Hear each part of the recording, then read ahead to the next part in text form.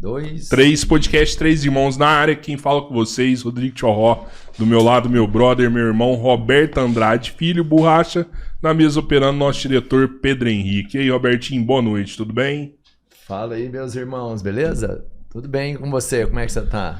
Ah, cara, tô feliz pra caramba, né? A gente tá com um convidado aqui que já passou aqui uma vez, tá vindo pela segunda vez, entende muito mais inteligente que nós dois.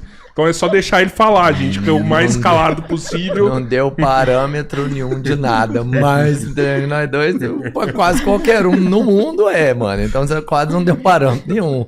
Né? Mas ele é muito capaz, realmente. Mas vamos ajudar muita gente, viu? Inclusive, tava conversando, com certeza, tem foi depois sim, dele? Sim. Cara, sua pele muito agradecimento. Tá Será que a pele melhora quando você dorme mais? Eu acredito que tudo melhora, mano. Tanto que sua esposa tá mais feliz. Eu vejo a Renata na rua, aquela alegria, que é tanto de dente na boca dela. Olha isso não, cara. Ela Renata tá morrendo de raiva. Eu tô dormindo com um CPAP ali, nem lembro nada. Só deito com aquele tanto de mangueira na cara ali e já era. Renata tá detestando isso. Tá, mas aí. é uma coisa, ela deve estar feliz. Você tá bem vestido, você tá bonito hoje, rapaz. É porque eu Que toca top, hein, mano? Ó, quero agradecer também a presença da doutora Thaís, tá aqui com a gente hoje também. Obrigado, viu? Muito obrigada pelo convite. Seja bem-vinda. Obrigada. Doutora Thaís também foi muito bem recomendada pra gente. Né, Nossa senhora, ela já chega com super status de mega estrela.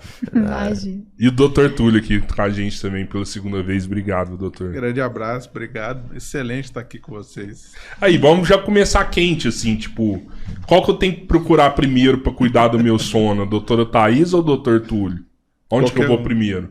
Qualquer um. Sono é uma abordagem multiprofissional, né? Então, todos os profissionais têm seu papel e são tão importantes um quanto outros, são complementares. Então, o médico tem um papel de diagnóstico que a gente chama de diferencial, de ver para que lado que nós vamos, se tem qual doença que é, ou se tem doença associada que a gente precisa abordar. O dentista também trabalha muito nesse sentido, né, de diagnóstico, de comorbidades, né, ou de doenças associadas que podem estar influenciando. Tem o fonoaudiólogo que tem seu papel, tem a nutricionista que tem seu papel, tem o fisioterapeuta que tem um papel extremamente importante. Então, sono é muito interessante porque a abordagem é multiprofissional. Nenhum profissional isolado vai resolver o problema. E quem é mais bem sucedido, os grupos, né, de sono, são aqueles que trabalham em conjunto. Cara, eu achava que eu ia, tipo assim, ou num neuro ou num pneumo pra olhar meu sono, né? Até é um negócio engraçado, tipo, a gente falou antes de começar, né, doutor? Eu nunca ouvi falar, tipo, um dentista que cuida do sono, assim, né? A senhora é presidente da ABROS, né? Isso. Associação Brasileira de Odontologia do Sono. Do sono, né? Isso. Então, é algo muito novo, assim, isso pra mim. Então, você falando que você ia procurar um neuro, e eu que nem sabia que tinha gente que cuidava do sono, e agora já tem um monte de gente que tá cuidando, cara. Mas isso vai muito, assim, da queixa do paciente. Por exemplo, se o paciente tem uma queixa de insônia, aí ele vai mais no neuro, no psiquiatra. Mas se ele tem uma queixa de ronco, normalmente ele vai mais no otorrino, no pneumo. Então, vai muito da queixa do sono que o paciente tem. Mas como o Túlio falou, a abordagem é multiprofissional e a gente não consegue tratar o paciente sozinho. O dentista sozinho é muito difícil de conseguir dar qualidade de vida para o paciente. Mas o sono, assim, quando a gente fala de sono, a gente pensa no sono, aquele estado total de descanso, né? É o sono REM, é o mais forte. As pessoas, por exemplo, elas às vezes passam a noite inteira sem chegar nesse estado, por um pequeno distúrbio, às vezes, vamos falar assim, como você começou, de ranger de dentes. Você acha que isso é o suficiente para a pessoa não dormir bem? Sim, o bruxismo, o ranger de dentes, ele faz parte hoje do que a gente chama de cadeia do despertar. Então, ele está associado à fragmentação do sono. Então, o paciente que chega no consultório e fala assim, eu tô cansado, eu tô sonolento, pode ser o bruxismo, o ranger de dentes, o apertamento que está superficializando o sono dele. Como você falou, não chega no estágio mais profundo. Então, fica um sono superficial, fragmentado, o paciente não descansa. A sensação que dormiu. Ela dorme, mas ela não descansa, né? O bruxismo todo mundo tem? Não. Não. O bruxismo, hoje, a gente entende que ele primeiro tem duas condições, né? Tem o bruxismo em vigília, enquanto o paciente está acordado, e o bruxismo do sono, enquanto está dormindo. O bruxismo em vigília está muito relacionado a estresse, ansiedade, concentração, tensão. E exercício. Atividade física, tem o bruxismo do esporte, caramba, que muitas vezes até eles falam assim, não, aquele atleta faz atividade física fazendo careta. Não, ele não está fazendo careta, ele está contraindo a musculatura para dar estabilidade, isso é bruxismo do esporte. E traz consequências orofaciais e tal. E tem o bruxismo do sono. O bruxismo do sono, hoje a gente sabe que ele não é relacionado ao contato entre os dentes, porque até pouco tempo, nós dentistas tratávamos o bruxismo desgastando os dentes, fazendo ajuste oclusal, né? Hoje não é assim mais. Hoje a gente entende que o bruxismo ele pode ser inclusive um mecanismo de proteção para a apneia de sono, por exemplo. Quando a gente dorme, relaxa a musculatura do corpo inteiro, o paciente que tem apneia, o queixo vai lá para trás, fecha a via aérea. Fechou aqui. Aí o sistema nervoso central manda um comando, fala assim, abre a via aérea. E como que abre a via aérea? Contrai toda essa musculatura. Aí contrai a musculatura, tem um toque interdentário. Então, se o paciente hoje chega para mim com queixa de bruxismo, eu preciso investigar vários fatores. Apneia de sono, refluxo gastroesofágico, que também o bruxismo é um mecanismo de proteção. E aí, pensa um paciente que tem refluxo, a saliva muito ácida, o desgaste entre os dentes, aí hoje é a doença mais prevalente dentro da odontologia, que é a síndrome que a gente chama de envelhecimento precoce bucal, que é a degradação das estruturas dentárias sem a cárie. A boca saudável, né? O paciente é saudável, o corpo saudável, mas degradado pela ansiedade associada ao bruxismo, doenças emocionais, né? Então, ansiedade, apneia, refluxo, algumas medicações, hoje muito utilizadas, né, antidepressivos, que levam a uma maior atividade do sistema nervoso central, levam a mais bruxismo. Então, hoje não é colocar aparelho ortodôntico, alinhar os dentes para parar de ranger os dentes. Não, isso não... Mas eu ia te perguntar isso, na sua parte... Você corrige mais, vamos pensar, a parte mecânica. Não é um tratamento com medicamento, por exemplo. O que? O bruxismo? Não, de várias doenças. Apneia. A apneia, você não vai dar para ele um medicamento para ele, sei lá, psicológico, nada. O seu é quando é uma parte mecânica. Você fala, dentista, exato. Do sono. Da dentista do sono. O meu papel hoje como dentista do sono é, primeiro, buscar investigar, porque como a gente estava conversando antes, né, é muito novo. Então, é muito difícil você chegar, vocês, né, você não, que eu sei que você já trata sono, né, mas vocês, quantos médicos vocês já foram e quantos te perguntaram se você dorme bem? Quantos te perguntaram se você ronca? E a prevalência é que 1 em cada 3 adultos tem apneia de sono.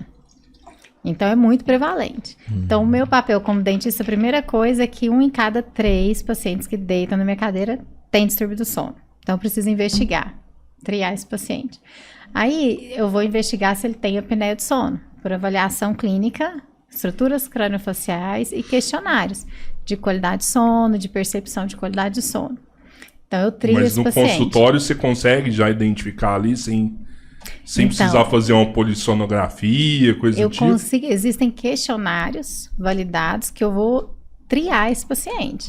Então, eu vou aplicar esse questionário nesse paciente, eu vou perguntar, tem algumas perguntas-chave que a gente faz para saber sobre a qualidade do sono.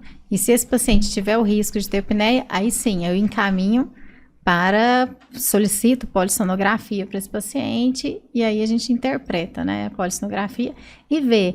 Mas aí todo mundo, como o Túlio falou, né, primeira pergunta, vai para o dentista, vai para o médico. O que é muito importante, essa integração, é para não acontecer assim, foi para o dentista, vai ser aparelho intraoral. Foi para o fisioterapeuta, vai ser CPAP. Não é assim. Eu preciso entender a doença como um todo.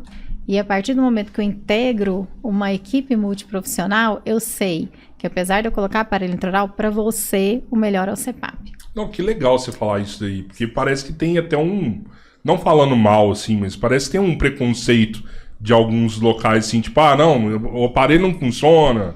Não usa o CPAP, não, tem que pôr o aparelho. O que acontece? A apneia, ela é uma doença progressiva.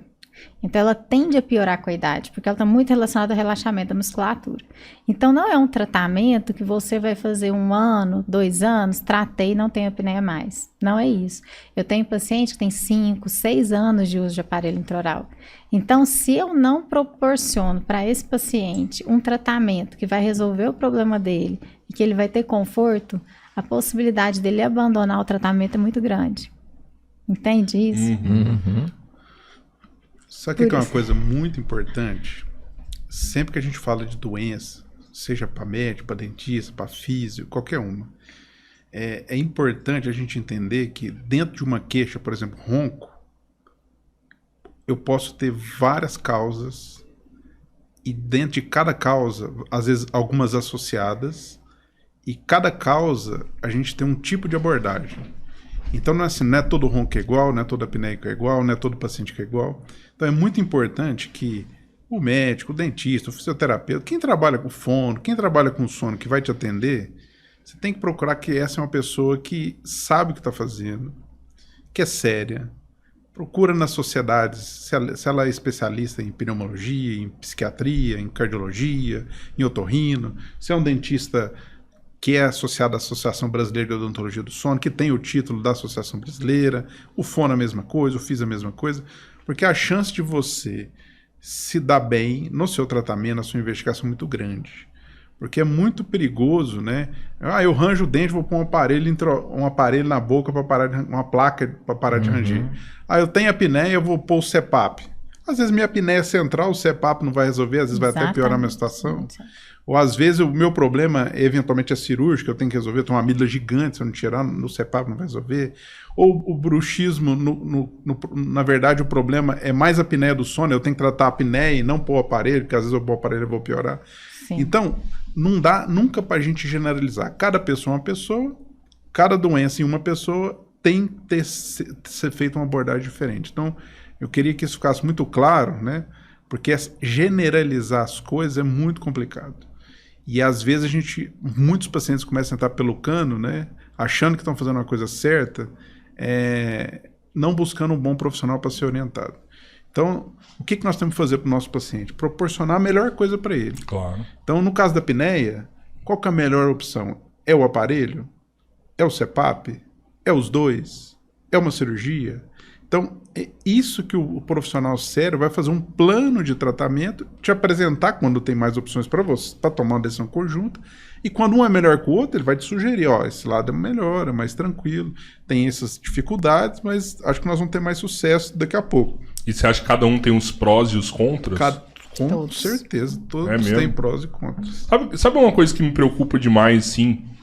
Eu vejo muita gente eu vou cuidar disso só quando tá, assim, muito ruim, sabe? Não tem jeito de piorar.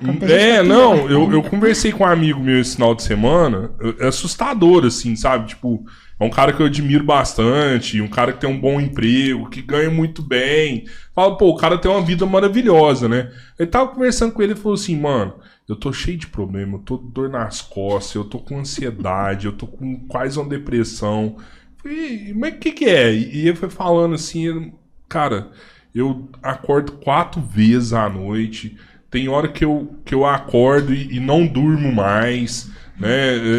Então você vê que o sono dele tá precisando de cuidados, né?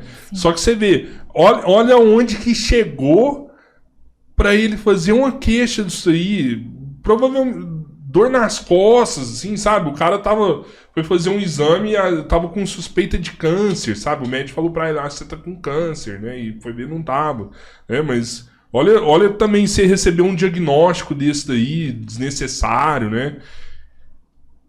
Cara, podia ter resolvido isso há muito mais tempo. Isso é muito, muito sério e muito mais comum, e mais comum principalmente no homem. O homem não se cuida, em geral. Achei que você ia falar que o homem ronca mais. Não, ronca mais. Mais. Ronca, também? Né? Também. 4 vezes mais do que a mulher. 4 vezes mais? Uma mulher para cada 4 homens tem apneia de sono. Mas aí quando a gente chega na menopausa, a gente perde as proteções dos nossos hormônios femininos, aí se iguala. Então por isso que às vezes fala assim, não, eu nunca ronquei, entrei na menopausa e comecei a roncar. E o homem é muito comum, mas não é normal roncar. Roncar é sinal clínico de que alguma coisa não tá boa. Sim. Então Mas precisa investigar. É um problema de saúde, gente. Assim, vocês já contaram pra gente. A mulher até a menopausa é mais saudável? Assim, para a apneia de sono, sim. Para a apneia de sono, sim. A mulher tem mais insônia. Outro distúrbio de sono que é muito prevalente também. Mas o homem é 4 vezes mais afetado pela apneia de sono do que a mulher. Características anatômicas, hormonais, é o que o Túlio falou, né? O homem, ele demora mais para procurar tratamento. Então, quando ele chega a alcançar, fazer esse tratamento, as estruturas orofaciais dele já tem um comprometimento neuromuscular, então ele já responde menos ao tratamento, né? E tem outra coisa também que é muito importante. A mulher, ela tolera o ronco do marido a vida inteira.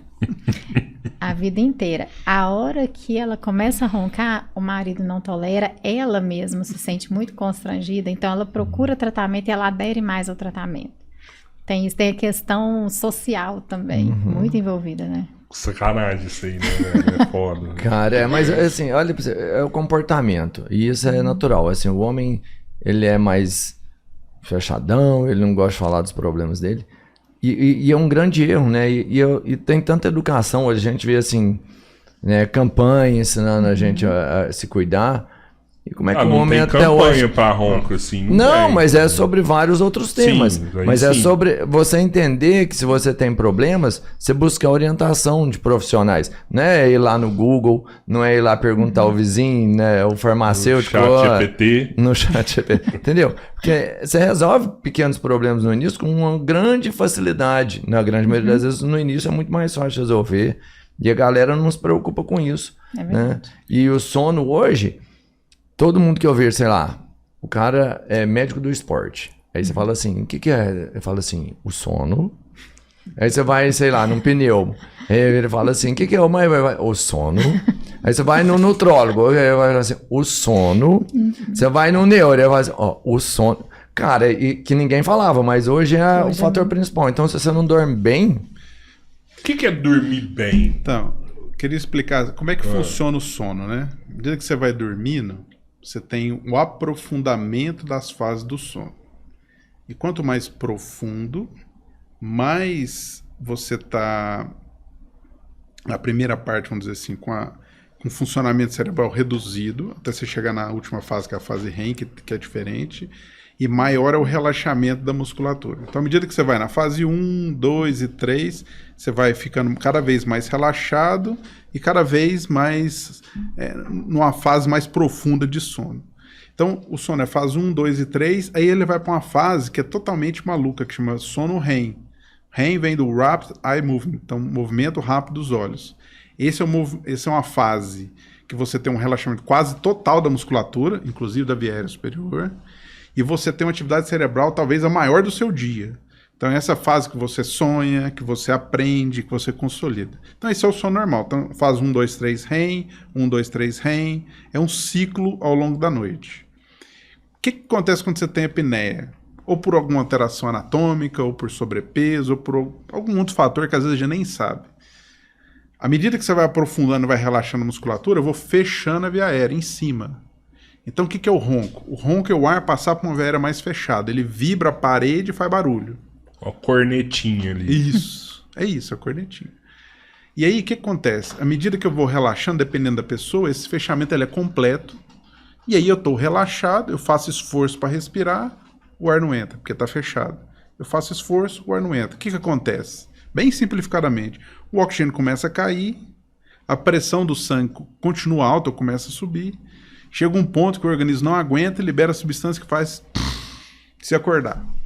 Só que é um micro despertar chamado, né? É igualzinho se você tivesse acordado, mas você não tem consciência. Então você começa a dormir, acorda. Começa a dormir, acorda. Então você não descansa. Você não aprofunda o sono. Você tem pouca fase REM, pouco sono fase 3. E aí, essa queda de oxigenação e sobe, isso é terrível para o seu organismo, para a parte cardiovascular, para a parte cerebral.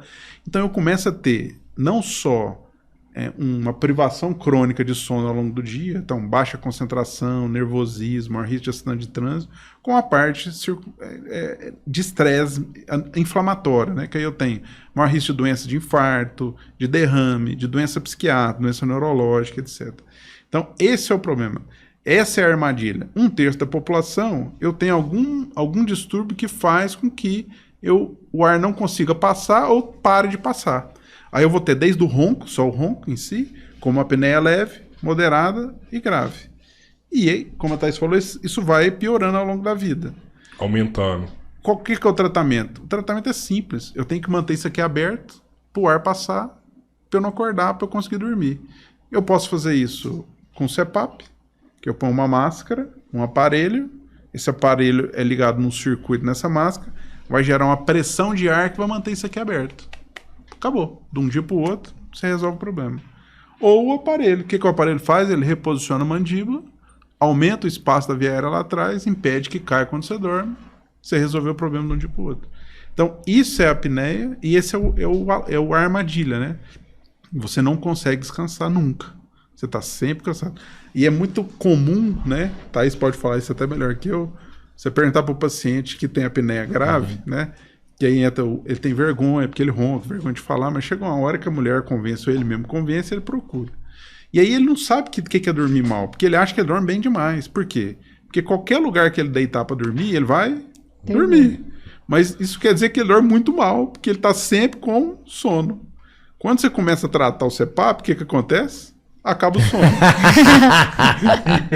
De um dia pro outro, entendeu? O Robertinho é um cara que dorme em qualquer lugar. Eu consigo dormir em qualquer lugar. E eu ainda tenho facilidade para depois que eu acordo, se eu quiser, eu consigo dormir de novo. Eu tenho certeza que você fizer, tem alguma coisa errada com você. Tem, certeza. Seu sono é leve, cara. O sono leve, ele não chega... Você sonha. Sonhar, eu acho que é um sinal, não é? Você, tipo... É assim. E sonhar, você chega no sono REM, né? Sim, a gente sonha durante todas as fases do sono. Só que durante o sono REM, que é o sono que a gente relaxa mais a musculatura e a nossa atividade cerebral está muito alta, são os sonhos mais vívidos e aqueles sonhos que você lembra. Normalmente, o sono REM, ele acontece na segunda metade da noite. Então, ele é mais predominante na segunda metade da noite. E quando que você lembra dos seus sonhos? Normalmente, quando você acorda durante o sono REM. Aí você lembra do que você estava sonhando.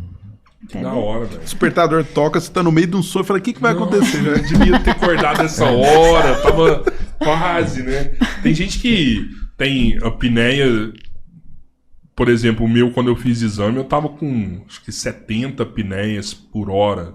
Apneia grave. Né? Grave. Né? Mas eu acho que eu tenho um tanto que é tipo, tá tudo certo. 5, 6, tá tudo certo, é normal. Até 5 paradas respiratórias por hora de sono é dentro da normalidade. De 5 a 15, apneia leve, de 15 a 30 moderada e acima de 30 grave. Se a gente pensar assim, acima de 30 é a mesma coisa, é uma parada respiratória a cada 2 minutos. Sim. E aí, se você fizer o teste, para ser considerado uma parada respiratória, é o fluxo de ar parar por 10 segundos. Marca isso para você ver no tempo. Isso é como se você estivesse mergulhando. Você mergulha, 10 segundos, levanta. Mergulha, 10 segundos, levanta. Isso a cada 2 minutos durante todo o seu tempo de sono. Tá campeão de mergulho, né? Cara, então, existe algum exercício que a gente possa fazer? Eu falo um exercício físico mesmo, ou respiratório, que a gente faça e consiga um resultado de melhora? Sim.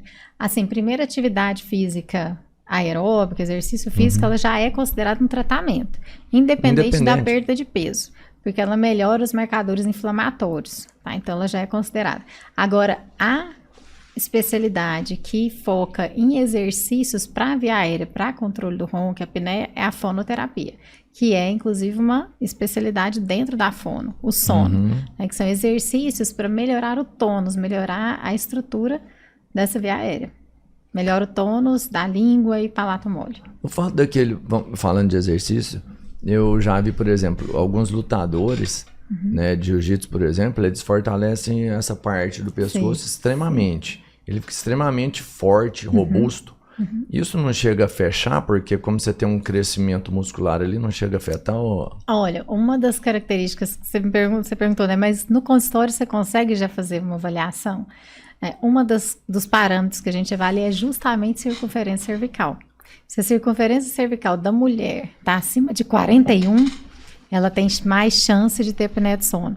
O homem acima de 43. Então, sim, o homem que é fisiculturista, que é atleta, faz ganho de massa magra, inclusive aumentando a espessura de pescoço, com certeza ele tem mais chance. Porque se você pensar, é uma questão de gravidade. A hora que você dorme, está dormindo, principalmente de barriga para cima, a pressão dessa estrutura toda sobre a sua via aérea. Mas no caso do CPAP, o fato do paciente ter o pescoço mais largo ou mais fino não altera muito na pressão, né, do oxigênio. Então, porque aí não é só a questão de gravidade, né? Tem o tônus muscular também, que cada paciente tem um. Né? E tem a questão do que a gente chama de equilíbrio anatômico. Né? Por que você tem apneia e eu não tenho apneia? Todo mundo dorme, todo mundo relaxa. Né? Por que uns têm, outros não? Muito marcador genético. Né? Então, o pai tem, o filho tem, tônus muscular, características craniofaciais. Mas é uma questão de equilíbrio. Se eu tenho uma estrutura esquelética boa e uma estrutura de tecidos moles adequado, minha via aérea é ampla, o paciente respira normalmente.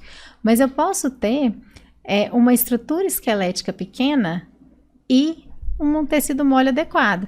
É o paciente magro que tem apneia de sono, porque o esqueleto dele é pequeno, a estrutura dele é pequena. Então, ele fica com a via aérea estreita. Então, os tratamentos, eles abordam o ganho, ampliar esse volume da via aérea.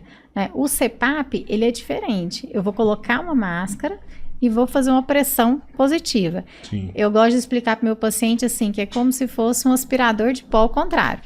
Não é oxigênio, tá? É o ar ambiente que ele vai pressurizar. E aí depende do paciente. Tá? Depende desde a estrutura esquelética, desde a estrutura craniofacial dele, do volume que a via aérea dele tem, se é maior ou menor, e vários fatores interferem nisso, desde, por exemplo, etnia. Né? Os orientais, eles têm um retroposicionamento, né? Essa estrutura deles já é mais para trás, então eles já têm mais chance de ter apneia. Os afrodescendentes, a via aérea tem um formato mais elíptico que favorece o colabamento, então outro fator de risco para ter apneia. Então são vários fatores que levam a isso. Em que momento você se interessou pelo sono? Assim, como que eu entrei? Como você entrou nessa? Por causa dele. Sério? É porque nós fomos quando nós nos mudamos para São Paulo, foi para ele fazer residência de pneumologia lá na Universidade Federal de São Paulo. Na época eu comecei a fazer ortodontia, né, que são os aparelhos, né? E ele estava passando em um dos ambulatórios, no ambulatório de sono, acho que provavelmente a primeira vez estava vendo sono também. Ele falou, lá tem umas dentistas que tratam a apneia. Vai lá, eles colocam um aparelho. Você está fazendo ortodontia? Vai lá ver o que é isso, né? E aí eu fui e nunca mais saí. É assim que eu entrei pro sono. Nada mesmo, hein? Que legal. Nunca nem tinha ouvido falar. Eu nunca nem tinha ouvido falar. De onde vêm as novidades? Porque vamos falar, são alguns tratamentos, algum entendimento que não é antigo, assim. É igual eu falei, eu mesmo, antes de uns 3 anos, talvez pra cá, eu comecei a ver algumas máquinas, alguns médicos fazendo investimento para comprar aparelhos, uns que você dormia com eles, mas alguma coisa bem recente. De onde vem essa tecnologia? O Brasil está bem nessa área ou a gente tem que importar isso de algum lugar? A questão de CPAP, né, e de... entendo que são 3 tipos de equipamentos. Os de diagnóstico, os aparelhos mesmo de tratamento do CPAP e tem os aparelhos intraorais, né? Os aparelhos de polissonografia, existem algumas empresas brasileiras. Elas estão melhorando muito tecnicamente, mas a referência é internacional ainda. Os aparelhos de CPAP, praticamente 100% internacional. Você tem uma empresa hoje que desponta longe das outras, que é realmente diferenciado. Que é a ResMed. Com relação ao aparelho intraoral, o Brasil talvez seja um dos países que mais produzem conhecimento hoje, né? E Que os legal, dentistas brasileiros, em geral, eles são muito bem formados e muito respeitados internacionalmente. Então, você tem muito dentista brasileiro bem posicionado em universidades americanas, universidades da Europa. E a questão do sono é uma ciência, né, Thaís? A odontologia do sono é relativamente nova, né? Então, a Thaís é extremamente estudiosa e ela foi estudando assim obsessivamente até virar essa sumidade, né? Só a presidente do Brasil, né, na área. Pô, você deve ter muito feedback de paciente, assim, que mudou de vida com isso. Né? É tão engraçado, assim, que, como tu lhe falou, né? A pessoa às vezes não sabe que dorme mal. E muitos dos meus pacientes vêm trazidos pelas esposas. Não, tem que tratar, não aguento mais o ronco dele e tal. E quando a gente começa a tratar, é aí que a pessoa entende, fala assim, gente, eu não sabia que eu dormia tão mal. Eu não sabia que eu não dormia, sabe? Então aí, a pessoa muitas vezes fala, será que eu vou conseguir dormir com esse aparelho? Será que eu vou conseguir? Gente, é o seguinte, a hora que você melhora, a hora que você começa a dormir, você não larga o aparelho mais. É diferente, entendeu? A hora que assim, você dorme. Mesmo criança, porque a criança também pode ter, não pode? Pode, a criança também pode ter apneia. Roncar não é normal. Em criança, então, precisa ser investigado. Como está muito relacionado à obstrução de via aérea, então, se a criança fica gripada, ela vai roncar, porque tampou o nariz, certo? Mas quando isso acontece mais de 3 vezes na semana, pelo menos 3 meses, já não é uma condição aguda. É uma condição crônica, então a gente tem que buscar, investigar o que está acontecendo, certo? A principal causa da apneia na infância é a hipertrofia de amígdala adenoide. Então, primeira coisa, o paciente chega, tá roncando, vai para o otorrino. O otorrino vai investigar, e aí é sempre a dúvida, nossa, mas eu vou submeter a criança a uma cirurgia? Gente, se não tratar o impacto dessa criança na vida dessa criança, não só ali no momento, mas neurológico é muito grande, porque essa criança está se formando. Então, se ela não dorme, o organismo dela, o sistema nervoso dela não amadurece da mesma forma que os outros. Pode até ter problema na escola depois. Com certeza, tudo. isso é muito grave, porque também é muito subinvestigado. E a apneia na infância, ela é diferente do adulto, porque o adulto é o ronco e a sonolência. A criança, quando ela tem apneia, distúrbio do sono, não é que ela não tem sonolência, ela tem. Só que ela entende que se ela ficar parada, ela vai dormir. Então ela acelera, ela agita. Então a criança com distúrbio do sono, ela tem uma característica de hiperatividade, de déficit de atenção, déficit de concentração, alerta. E o que hoje está muito, muito na moda? TDAH. Então, será que essa criança tem realmente TDAH ou ela tem um distúrbio do sono? E como que eu sei? Eu preciso investigar. Aí, será que é investigado? A Academia Americana de Pediatria recomenda a investigação de distúrbio do sono. E se essa criança ronca, se tem as paradas respiratórias, se tem enurese noturna, fazer xixi na cama, é um sinal de fragmentação do sono. Sério? Ela deve ser encaminhada para avaliação de distúrbio do sono. Pô, tem uma menininha nova, assim, 7 anos. Até hoje ela faz xixi na cama. Assim, tem que investigar o porquê. Pode ser apneia do sono. Caramba, mano. E engraçado, porque eu não vejo ela... Porque pra mim a apneia tá associada ao ronco, assim. Eu não escuto ela roncar, sabe? Eu não... Mas você fica próximo? Às vezes o seu quarto é próximo do dela? Assim, eu falo assim, a ponto de dorme comigo, pô. Dorme comigo, igual hoje. O João, eu tô vendo ele roncar. Né? O João, eu acredito que seja um pouco até de sobrepeso, assim. Você vê que é um menino que tá ganhando mais, né? Mais peso e tal. Pode ser isso, né? Mas é importante o pai olhar isso mesmo, né? Porque é importante não investigar. Pode comprometer a criança com isso, né? E aí tem muita criança, porque sendo tratada mesmo para déficit de atenção e na verdade não é distúrbio de sono. E aí é o que a gente falou no início, às vezes é o tratamento equivocado, ele vai ter um resultado pior do que o...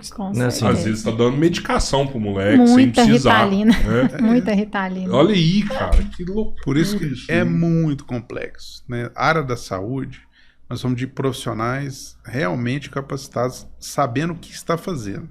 Não é negócio, ronca é apneia, vou pôr CPAP, então não precisa fazer mais nada, se ninguém ver. Não é bem assim, não. Tem muita coisa por trás. O mais comum é isso mesmo.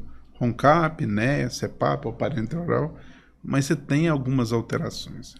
Outro exemplo, no adulto. Causa de hipertensão arterial. Quem não conhece, pelo menos 5 pessoas que têm pressão alta. Uma das causas é a apneia do sono.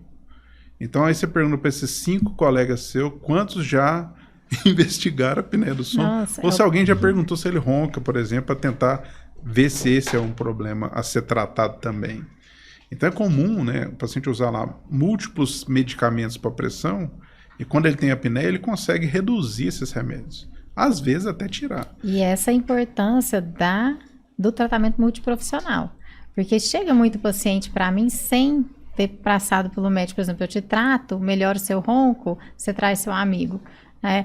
Mas aí muitos chegam que a gente chama de demanda espontânea. Só que eu trato esse paciente, que é um cardiopata, com polifarmácia, tomando várias medicações, ele vai melhorar a apneia. E eu preciso que esse paciente esteja em contato com o cardiologista dele. Porque provavelmente eu vou agir na causa do problema e essa medicação dele vai começar a desregular. Então, por isso que a gente precisa investigar o paciente como um todo. Não é só colocar o aparelho intraoral. Pô, tá deixando de ser uma medicina integrativa e tá virando um plano de saúde integrativo, né? Todas as áreas envolvidas. Né? É uma linha de cuidado multiprofissional. Essa que é o ideal de qualquer doença. Nós estamos falando de apneia do sono e ronco, mas qualquer doença que você pegar, essa é a abordagem ideal. Os melhores resultados do mundo são de grupos multiprofissionais. Então, todos são importantes dentro de uma cadeia de tratamento de atenção. Já ouviu falar desse termo higiene do sono? Claro. É isso aí que é esse conceito, a higiene do sono? A higiene do sono, ela começa no momento que você acorda. Às vezes a gente fala assim, as 2 horas antes de dormir são fundamentais? São. Mas se no momento que você acorda, você se expõe à luz, você começa a fazer atividade física, como é o seu dia? Porque o dia ele está funcionalmente ligado à vigília. Aquele dia onde você teve muito estresse, ansiedade, trabalhou demais, correu demais, a hora que você deitar para dormir, sua cabeça vai estar acelerada. Então aí eu vou ter o que a gente chama de maior latência para o sono. Você deita, você demora para pegar no sono. Você tem um sono mais superficial, mais fragmentado, tem a probabilidade maior de acordar no meio da noite e não conseguir dormir mais. Certo? Então eu preciso cuidar desse ciclo. Não é só eu falar assim para você, solte o seu celular, não pegue seu celular 2 horas antes de dormir. Não é só isso, você precisa cuidar do seu dia, tá? Mas quando a gente fala assim, o que eu posso fazer para melhorar meu sono? Primeiro, quebrar esse ciclo vicioso. Porque se você tem um dia muito estressante, você vai ter um sono de pior qualidade. Se você não cuidar, você vai ter um sono de pior qualidade e um sono, uma noite mal dormida, no outro dia, como que você fica? Estressado, cansado, rende pouco, alteração de humor. Né? Então, para a gente quebrar esse ciclo, seria ali você tentar desacelerar. E aí, tem o conceito, né? O conceito de livro, 2 horas antes de dormir. Mas hoje, a gente tem entendido que precisamos individualizar isso. Tá? Porque, por exemplo, vocês aqui estão no podcast, vai ficar aqui até 11 horas da noite, e aí até chegar em casa para dormir, aqui tudo, né? Tomando energético. Muita luta, tomando energético. Parei. Então, aí, só lá em São Paulo, se eu falar para vocês assim, olha, a hora que der 11 horas da noite, você não pega seu celular mais. Muitas vezes a ansiedade que você vai ficar de não poder pegar o celular vai tirar o seu sono. É verdade. Entendeu? Então, não é assim, eu não posso falar assim, para todo mundo igual. Não, eu preciso entender você para te orientar, tá? Mas de uma forma geral, tudo que você faz para te desacelerar vai te ajudar a pegar no sono mais fácil e aprofundar esse sono. Mas a doutora Thaís desliga o celular à noite, assim, pra dormir? É difícil, né? Eu durmo em cima do meu celular, velho. Tipo assim, eu sou assim, nervosa. Às vezes eu acordo de noite, assim, que horas são? Já ligo o celular, Aí dá aquela luzona Dá no de quarto. madrugada, ele tá dormindo, mas o celular dele tá no máximo. Eu entendo por que ela fica nervosa, né? mano. Tá vendo? Porque tá só ele dentro do quarto. Você entende que poderia ter com o volume mínimo? Ele Sim. deixa no máximo, aí e põe no repete, tentava mesmo. Vídeo lá a Quantos noite que não inteira. dorme hoje Nossa. escutando um vídeo, né? Vou pôr um vídeo aqui pra dormir e tal. E o Monark tá lá metendo pau no Lerma. É difícil, né? É difícil. Mas assim, até isso, né? Porque a hora que a gente fala assim, higiene do sono, o que a gente espera, né? Olha, não pegue celular 2 horas antes de dormir, não ligue a televisão 2 horas antes de dormir, evite alimentos de difícil digestão, evite bebidas alcoólicas, que muitas vezes, né, são usadas até como sedativo, porque relaxa a musculatura. Então, você tem uma tendência a pegar no sono rápido, mas ela deixa o sono superficial, fragmentado, com uma maior chance do que a gente chama de despertar precoce, acordar antes do horário que você gostaria. Né? Então, tudo que pode levar a te estimular, você deve evitar. Inclusive, atividade física. Atividade física é extremamente saudável, certo? Mas quando ela é feita perto do horário de dormir, sua frequência cardíaca está alta, sua temperatura corporal está alta, e isso dificulta também pegar no sono. Cara, na época eu fazia faculdade, eu saía lá pro É, Carlão fazer um corujão, corujão. Né? Muita gente faz o treino corujão. Era um treino, tipo, começava 11 horas e até meia-noite e meia. Mas naquela época eu ia dormir 2 horas da manhã. Então, eu chegava, Acelerado. tomava um banho e dormia. Cara, eu sonhava que eu tava lutando a noite inteira com o travesseiro, sabe? Eu acordava, eu tava sendo travesseiro, sabe? Mas era difícil. Era muito eu louco lembro isso nessa aí. época que eu treinava também, tipo, ia dormir 2 horas da manhã, 3 horas da manhã, parando meia-noite, né? Porque você tava extremamente acelerado. Mas eu não sei, eu acho que o ser humano se adapta também, sabe? Se adapta. E a gente tá se adaptando a esse negócio celular, assim, sabe? Eu entendo que esse é o ideal, mas eu acredito que menos de 10% da população consegue fazer isso. Ficar sem... Ter essa higiene do sono, sabe? Por isso que eu te falei, o tem que quarto todo individualizar. apagado, sem luz, sem nada. É difícil demais, muito difícil. Mas o ser humano não se adapta a dormir pouco. Não existe acostumar a dormir pouco, certo? Eu tenho a quantidade que eu preciso de dormir para cada um, que normalmente varia entre 7 e 9 horas por dia. Aí eu tenho os coitados, que são aqueles que precisam dormir mais de 10 horas. Valeu, sou eu. Longo dormidor. E eu tenho os, para mim, que são os abençoados por Deus, que é aqueles caras que precisam dormir menos de 6 horas e acorda normal. Como é que eu sei o tempo que eu preciso? Pega umas férias, na segunda semana, você dorme sem bebida alcoólica, sem nada, e o tempo que você demora para acordar no outro dia. Se é 6, se é 7, se é 8, se é 9. O meu tempo é 7 horas. Então, se eu dormir menos de 7 horas, eu vou ter... Se eu dormir 6, eu vou ter 1 hora a menos, um déficit de 1 hora. No outro dia eu dormi 6, eu tenho um déficit de 2 horas. Então eu vou tendo privação crônica do sono. Não, mas eu estou acostumado, eu vou acostumar a dormir. Você não costuma, você tem os efeitos de não dormir corretamente. É que você começa a fazer? Tomar café, tomar energético, porque você está usando um remédio, paliativo, né? Cujo efeito colateral é manter você acordado. Então você vai tratando um sintoma que é sonolência, porque você não está dormindo adequadamente à noite. E o sono é extremamente importante para o atleta. Ela acabou de postar um negócio de atleta hoje, legal. Para aprender, para você descansar. Então, quando você pode ver, atleta é psicopata com relação a dormir bem. Mas é um atleta de alta performance, né? É isso. Então, para você estudar, se você não... Cara, eu vou dormir 4 horas essa semana que eu quero não estudar mais, né? Aí eu começo a tomar Guaraná em pó à noite, café, e quando eu vou dormir eu já durmo menos e durmo mal, né? É isso, você não aprendeu nada daquilo lá que você usou. Então, não é uma maneira inteligente da gente...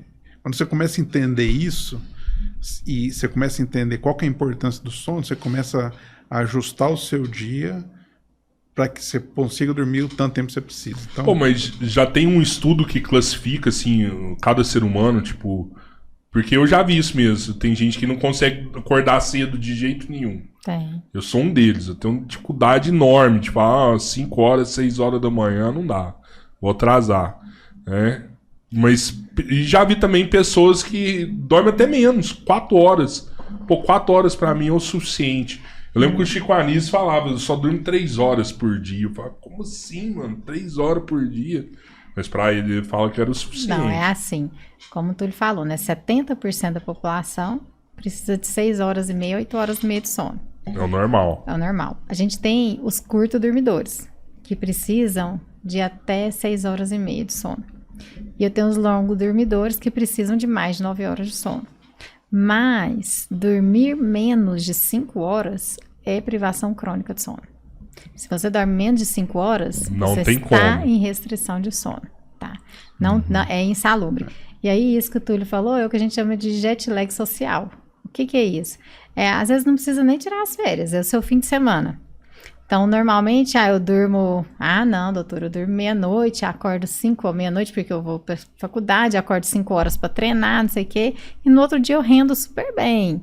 E fim de semana, quando você não precisa acordar, não, aí eu durmo até meio-dia, eu durmo até 2 horas. Você está compensando o número de horas que você restringiu. É o que a gente chama de uma forma bem simples, simplificada, de jet lag social. É uma forma da gente mostrar para o paciente que, olha, seu organismo não está tão assim.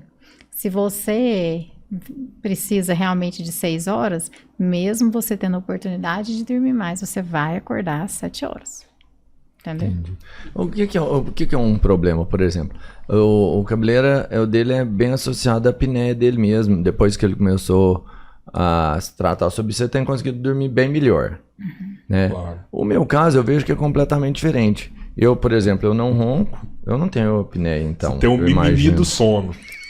Eu deito, eu durmo, mas, por exemplo, mesmo sem barulho, por exemplo, é natural que eu acorde, sei lá, eu durmo geralmente uma meia-noite, eu acordo 3 horas da manhã, entendeu? E aí eu tenho que cuidar pra dormir, porque o que eu imagino? Como eu dormi 3 horas, é muito pouco tempo, mas é tempo suficiente pra eu começar a descansar. E aí eu perco uma... Pressão pro sono. Entendeu? Isso aí, o que É acontece? só eu pôr um aparelho? Não, aí tá Vamos lá, mais... Já traz o aparelho, já põe, né? Resolve. Não, aí desse a aí que gente, também de uma forma simples, a gente pode classificar isso, a insônia, em 3 tipos. Eu tenho a insônia inicial, que é aquela insônia que está muito relacionada à ansiedade, que é aquele paciente, aquele indivíduo que deita para dormir e demora mais de meia hora para pegar no sono. Aí eu tenho uma insônia inicial. Quando o paciente, a pessoa deita, pega no sono tranquilamente, acorda no meio da noite e demora mais de 30 minutos para pegar no sono, ou fica picando sono, é o que a gente chama de insônia de manutenção. E eu tenho a insônia de despertar precoce. Se eu acordo pelo menos 30 minutos antes do que eu gostaria. Eu pus meu despertador lá às 8, eu acordo às 7. Então eu tô com despertar precoce, certo? Então a insônia desses 3 tipos. É muito comum, assim, no meio da noite, Thaís, eu acordo no meio da noite, 3, 4 horas da manhã, não durmo mais. Por quê? Eu falei mais cedo que o sono, ele não é, o Túlio falou, né, não é contínuo ao longo de toda a noite. A primeira metade da noite predomina o sono profundo. O sono profundo é o N3, que é aquele sono onde é mais, ele é chamado profundo porque é o estágio do sono onde é mais difícil acordar o paciente. E na segunda metade da noite, predomina o sono REM. O que é o sono REM? Relaxa muito a musculatura, mas a atividade cerebral está muito alta. Então, quando a hipótese para isso, que você falou, não, eu acordo no meio da noite e tenho dificuldade para pegar no sono depois, são 2. Primeiro, que a sua pressão para o sono já foi, na primeira metade da noite, você já descansou. E a segunda é que na primeira metade da noite, o seu sono profundo te ajuda a consolidar mais, tá? Então, seria isso. A primeira metade da noite, você consegue dormir mais porque seu sono está mais profundo. Agora, sim, tem a questão do limiar de despertar, que é uma condição individual de cada um, tá? Então, seu limiar de despertar pode ser mais baixo. Qualquer alteração te desperta, tá? Por exemplo, o paciente que tem apneia, ele pode ter... que ele tem o limiar de despertar baixo, normalmente ele fragmenta muito o sono, mas não tem tanto problema cardiovascular. Porque quando ele começa a cair o nível de oxigênio, ele acorda. Tá? Então, isso é a questão de limiar de despertar. Tem as pessoas que têm o limiar de despertar mais baixo, realmente. Sim. Só que aí você precisa adotar as medidas de higiene do sono, que é o que o Rodrigo estava falando, que é tentar adotar medidas que vão te ajudar a aprofundar o sono, realmente. Aquele 4-7-8, que é de respirar, aquilo lá, se eu fizer durante a noite, me ajuda? 4-7-8? Você foi uma técnica que eu descobri. Tipo assim, ó, quando você tá assim, você puxa a respiração pelo nariz durante 4 segundos. Prende por 7, segura em 7 e solta sem movimentar a boca durante 8 segundos. Seria um yoga, seria um técnico que acontece? Isso tem crescido muito, tanto no eu manejo, né, sono e dor. Então, isso tem crescido muito também no sono, que são as técnicas de terapias mentais, que é especificamente isso que você falou, nem sabia que chamava 4-7-8. Mas não, nem é seu não, mas é o tempo de cada um, 4-7-8. Barça, sabe tudo. A Barça. São técnicas do mindfulness, que é você se conhecer, se relaxar, desconectar, que tem crescido muito, tanto no sono, para melhora de qualidade de sono, quanto para melhora de condições dolorosas. Mas para insônia, o tratamento ouro é terapia comportamental cognitiva. É o tratamento padrão ouro, não é medicação. Sim. Por quê? A insônia está muito relacionada a condições mentais, a estresse, a ansiedade. Quando a pessoa é mais ansiosa, ela tem uma maior tendência, ter uma maior latência para o sono, demorar mais para pegar no sono. Uma pessoa com um quadro mais de depressiva, ela tem essa tendência mais de acordar no meio da noite. Ah, Thaís, mas todo mundo que acorda no meio da noite tem depressão? Não. Tá? É um sinal clínico de uma pessoa que tem o distúrbio do sono. Né? O que a terapia comportamental cognitiva faz? São os psicólogos, então é mais um parceiro nosso que ajuda. Então são os psicólogos, eles vão identificar o gatilho para a sua insônia. Então, o que você faz que está te gerando essa maior ansiedade para controlar seu sono? Então, a terapia comportamental cognitiva, ela funciona na identificação da causa e ela vai te orientar na higiene do sono. No que você vai fazer ao longo do dia para ter um sono de melhor qualidade. Por exemplo, a sonolência após o almoço, a sonolência pós-prandial, ela é fisiológica. Faz bem ter um cochilo após o almoço. Então, se você cochila até 40 minutos, o seu organismo se repara, você consegue se restaura e você consegue ter o restante do dia de melhor qualidade. Mas o insone, por exemplo, ele não deve ter esse cochilo.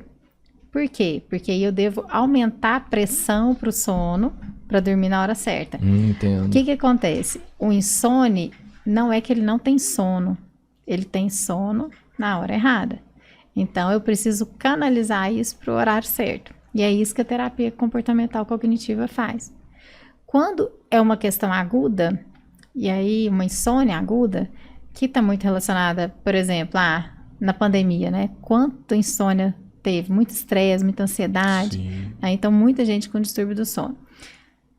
Todo mundo passa problemas, não é? Então, todo mundo pode ter insônia em algum momento da vida, certo?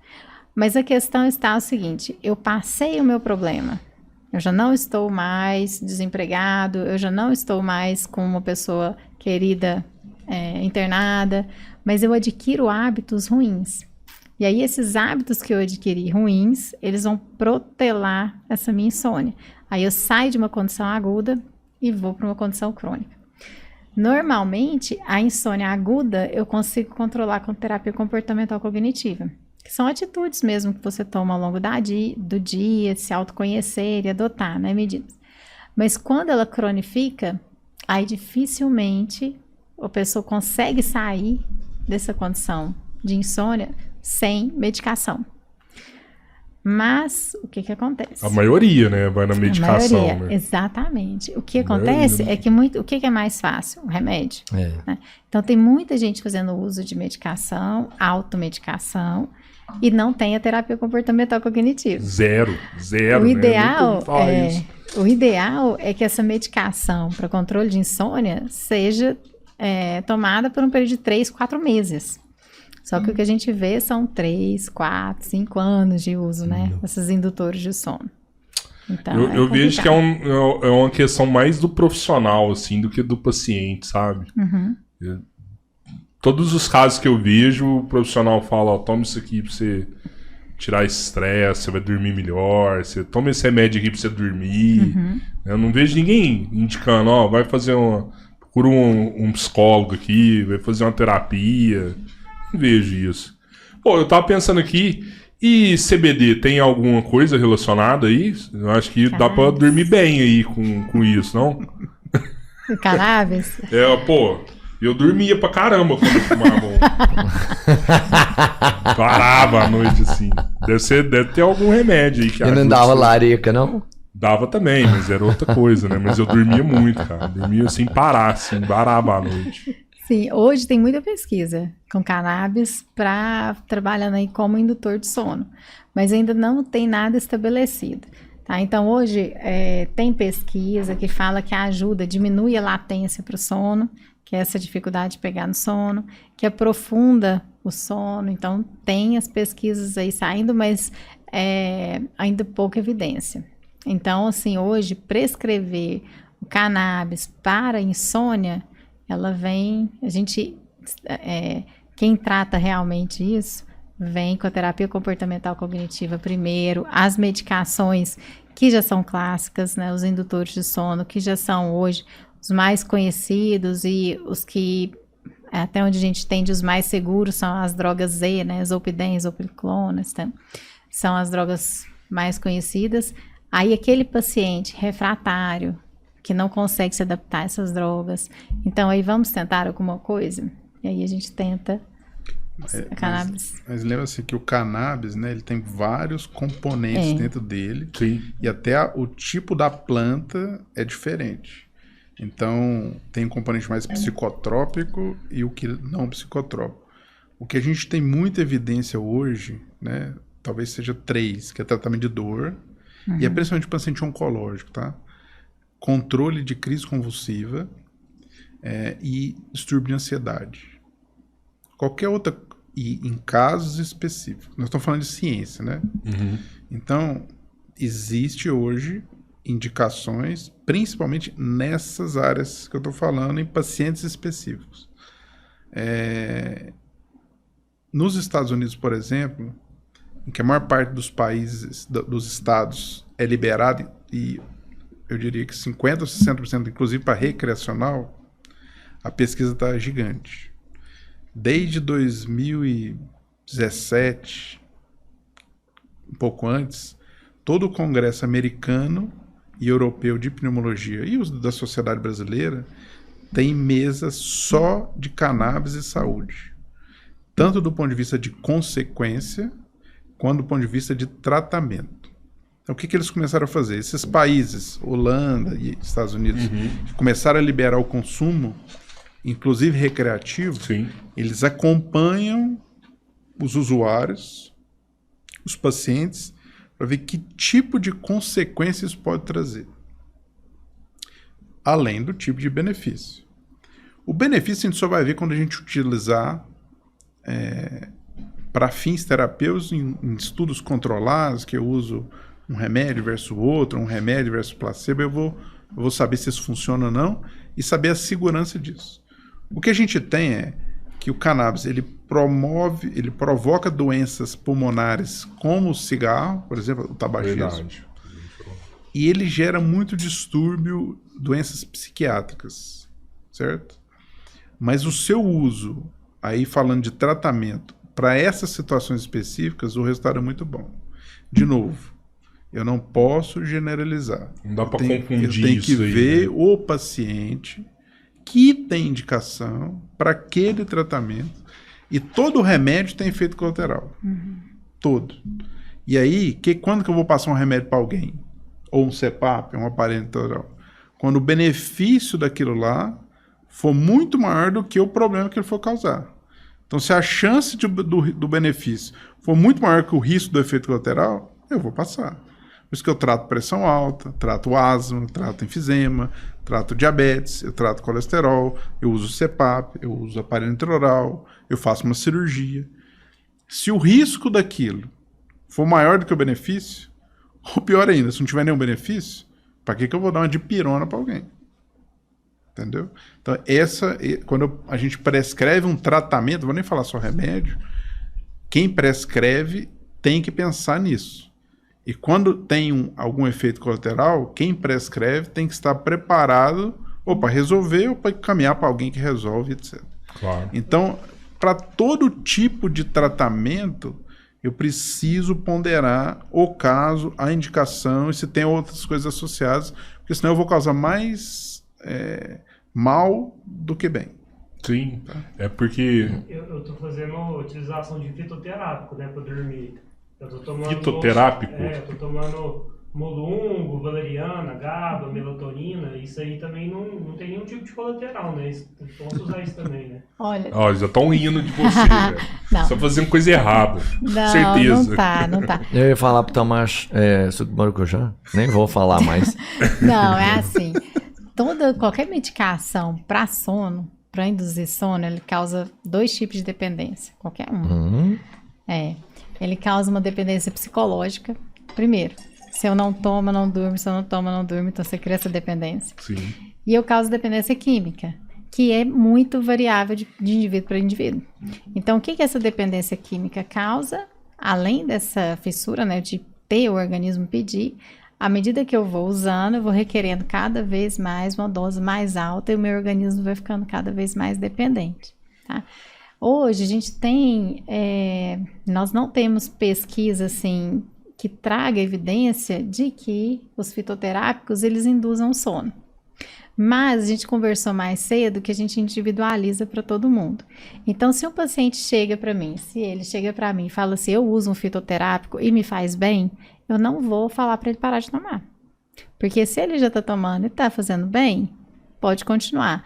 Mas eu, como profissional da saúde e do sono e não tenho evidência, eu não vou prescrever, sabe? É meio que placebo esse negócio. Então, tem os princípios ativos, né?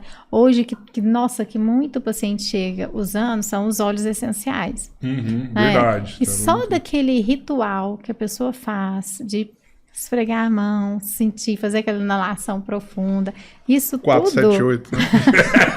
Isso tudo já traz... É um relaxamento, né? Traz uma rotina para o sono. Então, já ajuda. Então, assim, evidência científica ainda não tem. A valeriana tem um trabalho, assim, grande, né? Bem estruturado, feito lá na Unifesp, mas que não teve evidência de que melhora. Tá? Mas a ausência de evidência não quer dizer que não resolve. Quer dizer só que a gente ainda não tem pesquisa. Mas o natural, igual eu falei, o suco de maracujá, esse você pode tomar, ele é um calmante. Eu falo assim, ele vai dar algum resultado? Ele tem substâncias que ajudam sim indutor de sono. Porque não é tratamento, você entende? Eu falo assim, eu vou tomar um suco de maracujá antes de dormir. Eu achava que isso era meio lenda urbana, assim, do suco de maracujá, não? Não, ele tem componentes nele. Tem componentes, sim. Só que aí, o que a gente fala é o seguinte, não adianta você tomar o suco de maracujá e ficar preocupado e ficar lá no celular, entendeu? A higiene do sono que você faz antes te ajuda muito mais no processo de pegar no sono, ter um sono profundo, do que o suco de maracujá. Mas você sabe que, se for pensar dessa forma também, o aparelho também causa dependência. Qual causa? Que eu já vi muita gente falando assim, eu não viajo sem meu aparelho. Exatamente. Nossa, e sem o aparelho eu não vou. Fica tudo, mas o aparelho vai. Mas aí eu acho que é diferente. Vou dar um exemplo, depois eu quero comentar de melatonina. Legal. Vou dar o exemplo da pressão alta. Quando você tem pressão alta, o que você usa? Remédio para baixar a pressão. Quando você para de usar, o que acontece com a pressão? Pra você parar, ela tem que estar estável pra você parar, não? Não, mas vamos supor que ela não está estável. Ela vai subir. Vai subir de novo. Você está dependendo do remédio? Tá. Não. Não, eu falo assim, porque senão você morre, né? Se você não tomar aquilo lá. O que é o conceito de dependência química? Tá. Você não tá viciado ali, Isso. Né? Dependência química é uma substância que, quando você para de usar, você tem efeito colateral da falta. Sim. Não, por exemplo, da pressão que abaixa, que é uma abstinência que a gente chama, né? Então, do tabagismo, dor de cabeça, mal-estar, ansiedade, sonolência, insônia, vontade de matar um, certo? Então, essa é uma característica. A outra é, eu tenho que consumir cada vez mais para o mesmo efeito. E a terceira, mesmo eu sabendo que faz mal, eu continuo fazendo.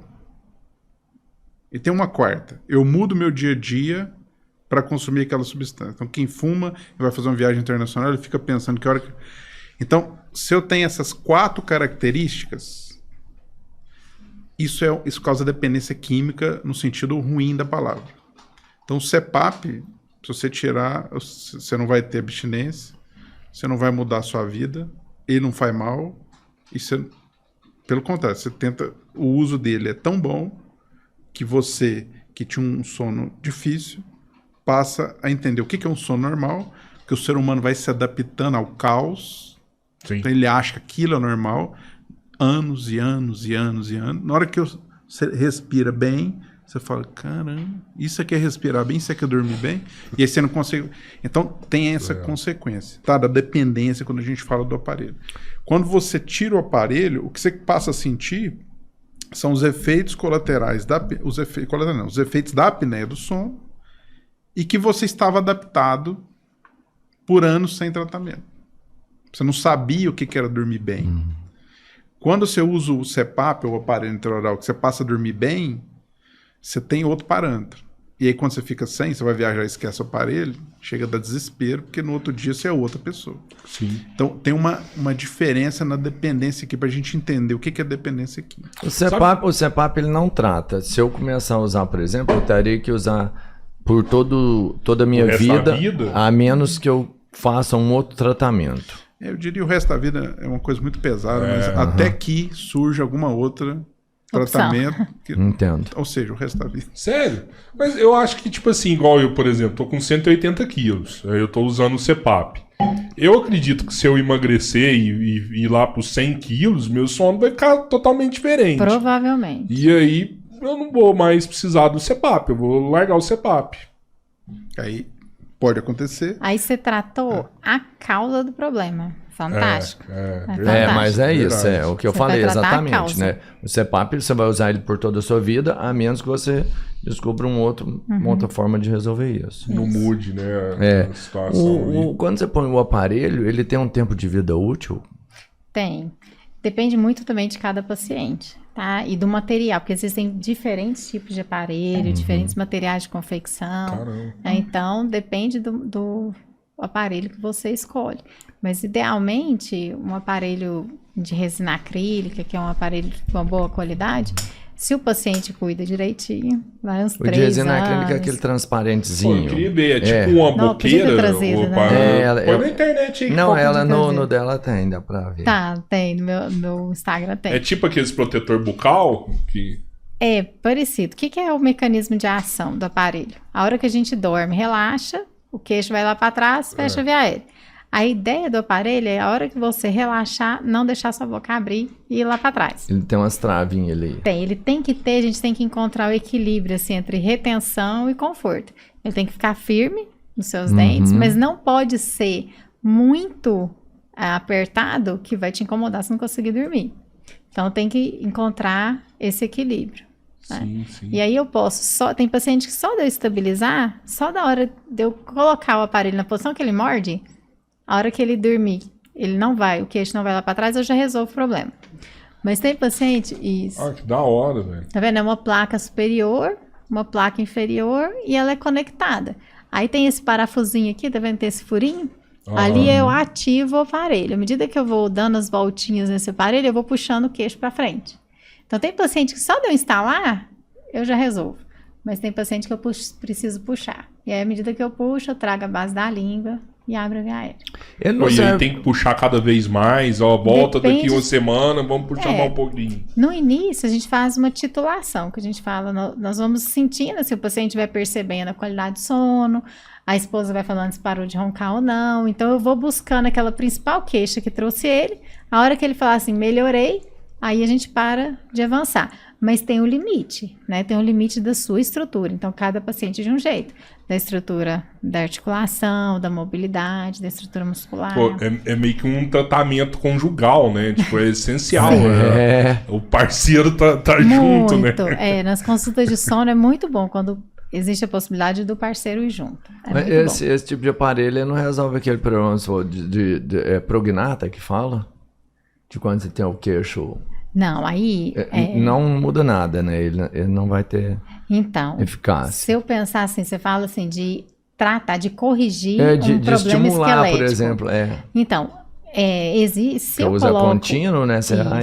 Se eu coloco um aparelho com esse mecanismo numa criança que está em fase de crescimento, aí eu estimulo e direciono o crescimento dessa forma. É um tipo de tratamento ortopédico, que na ortopedia funcional se faz. Né? Entendi. No adulto, nós não temos esse potencial de estimular crescimento. Então, não vai crescer.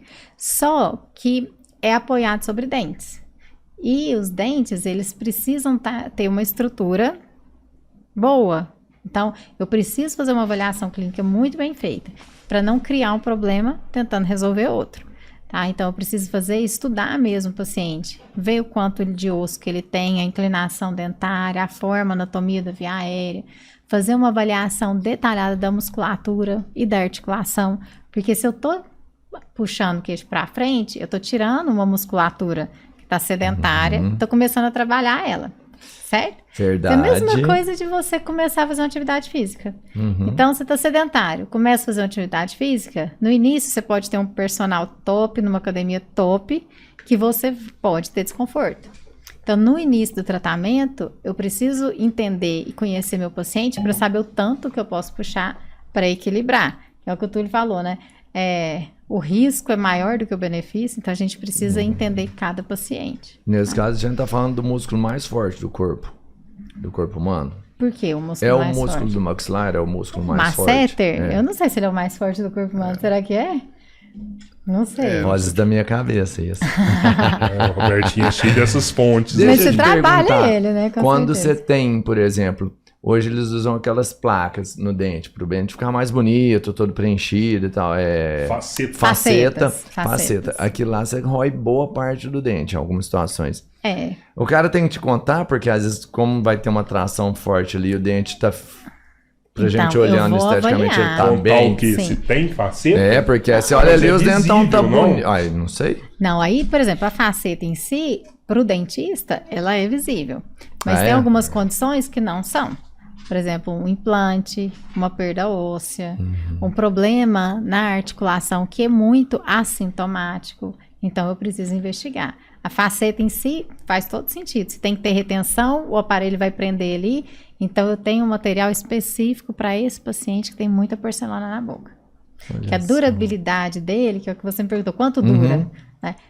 É um material que ele é mais flexível, então ele é mais confortável, eu não gero tanta pressão, tanto atrito sobre os dentes, mas a durabilidade dele é menor.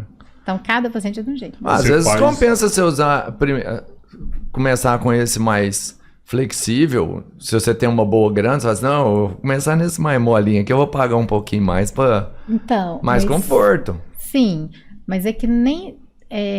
ele não está indicado para todo paciente. Por exemplo, você tem um paciente que tem um pouco de perda óssea, problema periodontal, a força sobre essas estruturas vai ser maior desse tipo de aparelho. Entendeu? Então, a gente precisa realmente estudar. E o que tem acontecido muito, né? A odontologia do sono, ela tem crescido muito. Tem crescido muito, assim, absurdamente. Então, uma das coisas que... a primeira coisa que some é a principal queixa. Quando a gente coloca o aparelho intraoral, é o paciente parar de roncar. Primeira coisa que acontece. O paciente para de roncar, aí a esposa para de reclamar, muitas vezes o paciente some e continua usando o aparelho. Aí são duas coisas que é importante a gente entender. Primeiro, que com o aparelho intraoral, o paciente pode parar de roncar e continuar tendo apneia. Então, a consequência da doença persiste. Então, eu tiro o principal sinal clínico de uma doença extremamente grave. Então, eu preciso avaliar esse meu paciente e saber se ele realmente resolveu o problema. E outra coisa, como eu falei para vocês, eu preciso fazer uma avaliação para saber o custo-benefício. E entender que eu estou colocando um aparelho sobre estruturas que têm limiar, né? Então, se eu coloco um aparelho inadequado, eu posso sim causar perda óssea. Eu posso sim causar... Eu já chegou paciente para mim que fez tratamento de canal em 4 incisivo inferior por causa do aparelho laser. Caramba. Tem paciente que tem problema de alteração muscular, alteração articular, atrofia, movimentação dos dentes. Se não fizer de forma adequada, o risco de ter uma consequência é grande. De novo, procurar profissionais que são bem capacitados. O cara vê um aparelho, isso é tranquilo, até eu sei fazer, e começa a botar aparelho em todo mundo, primeiro que não vai resolver direito. Depois que ele vai fazer a mesma coisa para todo mundo. E depois que ele não vai saber resolver o problema e ajustar. Então é um tratamento. Precisa de um acompanhamento. É o que o Túlio falou, né? Quando você prescreve um tratamento, você tem que entender que todo tratamento tem efeito colateral. Então eu tenho que entender quais são os possíveis efeitos colaterais. E tem aqueles pacientes que estão mais sujeitos a algum tipo de efeito colateral e outros a outros tipos. Então, à medida que eu entendo e que eu falo assim, olha, Rodrigo, você tem uma possibilidade, a gente vai colocar o aparelho, tem uma chance boa de ter apneia, mas olha, a sua articulação tá assim, pode ser que você comece a ter um desconforto. Então, se eu consigo prever isso e falo para o meu paciente, ele está ciente de que isso pode acontecer. Então, ele vai trabalhar junto comigo nisso. É muito diferente de a gente colocar um aparelho, qualquer outro aparelho, de uma forma aleatória, e o paciente começar a ter dor, aí chega e fala assim, mas o aparelho pode causar isso mesmo. Não fica parece que eu estou tentando justificar uma coisa que eu fiz errada. Então, a gente entender, avaliar o paciente previamente é fundamental. Se existe alguém, assim, falando de alguns problemas que pode ter, se alguém chegar com um problema sério lá, de outro, que começou em outro lugar, você recebe isso? Olha, hoje, eu posso te falar assim que 60% dos casos do meu consultório são retratamento. São retratamento. E aí, são aqueles pacientes... aquele paciente, olha só, é aquele paciente que eu falei para vocês. Ele tá vendo que o aparelho tá tendo consequências na estrutura crâniofacial dele, e eu trato dor também, então muito também por isso, mas ele não consegue não usar. Ele não consegue ficar sem usar. Então ele vem para falar assim, não, eu preciso colocar um aparelho, mas eu não quero essas consequências. Então aí a gente faz um retratamento. E claro, essa questão de falar assim, não, você vai pegar uma coisa que deu errado, eu vou documentar tudo antes, vou explicar para o paciente e vou falar assim, olha, a probabilidade da gente conseguir é essa. Porque não é um resultado meio, vamos pensar, um resultado mais de fim do ronco, né? Então, você tem que entregar um resultado meio que satisfatório. É diferente de uma cirurgia que você faz ali no cara. É um tratamento mesmo, né? Então, tem que chegar num objetivo razoável. E às vezes ele foi para um lugar que chegou num nível de desgaste, sei lá, de estrago tão exacerbado que não dá para você pegar e falar assim, eu vou te ajudar. Exatamente, tem casos assim. Tem casos assim que aí... você tem que abandonar o paciente porque... Não é abandonar, é que ele deixa de ser um paciente para o aparelho intraoral. Você vai abandonar, porque não é seu também, né? Ele vai pro CPAP, às vezes... Vai pra uma cirurgia. O aparelho é apoiado sobre os dentes, então faz todo o sentido que você perguntou. Nossa, será que eu não vou mudar? Faz sentido. Então, assim, tem pacientes que chegam que mudou a mordida mesmo. E aí, quando movimenta dente, a única forma de realinhar é colocar aparelho ortodôntico. Alinhamento e nivelamento, ele vai para ortodontia. Com o aparelho ortodôntico, eu não posso usar o meu aparelho. Esse daqui.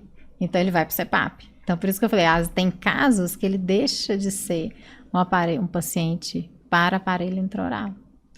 Você falou que está crescendo muito, né, a odontologia do sono. Eu vejo a odontologia, o pouco que eu entendo, assim, que em um momento lá atrás era só ortodontia, aí hoje eu tô vendo muita gente colocando as facetas, né, só tá mudando o dente da boca da galera. Você acha que vai ter outra migração lá na frente, de novo? Olha, se a gente fala de saúde bucal, a saúde bucal está mudando, né? Há um tempo atrás era muito cárie, muita doença cariogênica. Hoje, o perfil da população está mudando, né? Hoje, a água fluoretada, orientação de higienização, inclusive nas escolas. Então, tem uma tendência a ter menos cárie e a tendência de outro tipo de doença, que são essas lesões não cariosas.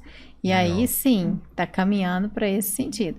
E a odontologia, né, pelo menos idealmente, ela tem que sair dessa estrutura orofacial, né? Porque a gente não trata dente, nós tratamos pessoas. Eu já ouvi falar que brasileiro cuida muito, assim, da saúde bucal, mais que europeu, por exemplo. Isso. O Brasil, como tu falou, é uma referência. A odontologia do sono a odontologia brasileira, ela é uma referência mesmo no mundo. Que legal. É só você olhar os artistas europeus inglês pra você ver os dentes dele. Eu tenho uma prima minha que trabalha na Alemanha, já tô dando até esposa dela aqui. Mas ela falou, lá na empresa lá é surreal, assim, brasileiro com a boca muito bem cuidada, bem tratada, e você vê CEO de empresa, cara que tem grana, né, e não tem a boca bem tratada, assim. Não tão assim, o nosso é brilhante, né? É largo, quase translúcido. Isso é o mérito dos nossos profissionais, né, sim, cara? Sim, legal, é legal. Isso aí, né? Falando de mérito, e eu falei que eu queria te perguntar, conseguiu evoluir o projeto? Você estava com um projeto de colocar um tratamento, né, de sono na universidade? Isso, então. Conseguimos. Essa semana passada foram os primeiros pacientes agendados que fizeram exame. Né? Que foda então, essa, hein? Mais ou menos 6 anos de batalha. 6 anos. A gente construiu um laboratório de função pulmonar que tem melhor do mundo lá, com os aparelhos todos, tudo com projetos de ou emenda parlamentar, ou termo de ajuste de conduta que a promotoria nos ajudou. A gente construiu. Na última leva, faltava o sono, né? Então, o laboratório de sono, de polissonografia completo, é o primeiro laboratório do SUS de Minas Gerais.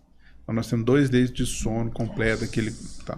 E essa semana, depois de 6 anos de luta, nós conseguimos colocar para funcionar e estamos começando o primeiro ambulatório médico de Uberlândia, da região, de sono multiprofissional. Então, tem um ambulatório com médico, com uma fisioterapeuta para titulação e adaptação de CPAP. E a Thaís deve ajudar nesse ambulatório também. Tá? Na parte que legal. toda. Então, assim, que ponto nós estamos? Então, começamos a fazer os exames, estamos regulamentando junto com a Secretaria de Saúde de Uberlândia, porque o gestor aqui paga, né, vamos dizer assim, e mantém. Como é que vai ser o acesso, quem que vai pedir o exame, como é que o paciente vai chegar nesse ambulatório, que tende a ser o maior ambulatório de Uberlândia. Porque com certeza. 30% da população tem distúrbio do sono, você pegar a região inteira, então é isso. Então é a mudança de proporcionar para a população que não tem acesso a um convênio a chance de ter acesso a um diagnóstico, um tratamento adequado para a questão do sono. Né? Então, no Brasil, São Paulo tem, São Paulo tem, Rio tem, Brasília tem, Goiânia, eu não sei se tem no SUS, mas tem em Goiânia. Uberlândia tem, Araguari tem. Araguari, sim, inclusive, particular. Particular. Mas Araguari, especificamente, para mim é um exemplo, né? Eles têm uma parceria com uma empresa. Sim. E eles alugam esses aparelhos, seguem para a população e eles são monitorizados ou vigiados, né? Com relação ao uso. E eu ajusto. Então, para mim, isso é uma referência, porque os benefícios são tão grandes, né? E a gente fez uma brincadeirinha aqui, né? Se eu pegar só os muito graves, em Araguari, a continha de padeiro que a gente fez aqui são de 3 a 4 mil pessoas. Se eu tratar só esse, o benefício é tão gigantesco, né?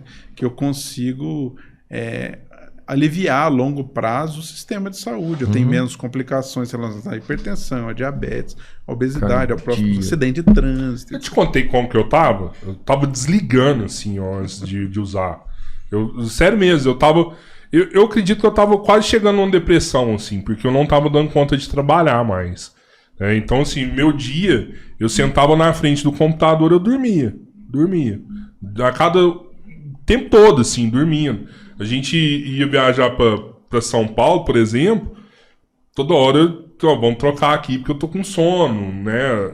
Não sei se vocês repararam, as últimas vezes, fui dirigindo a viagem inteira, né? Eu dormia no volante um pouco. Você dava só uma cochiladinha. É bom que é rápido. Você apaga e volta.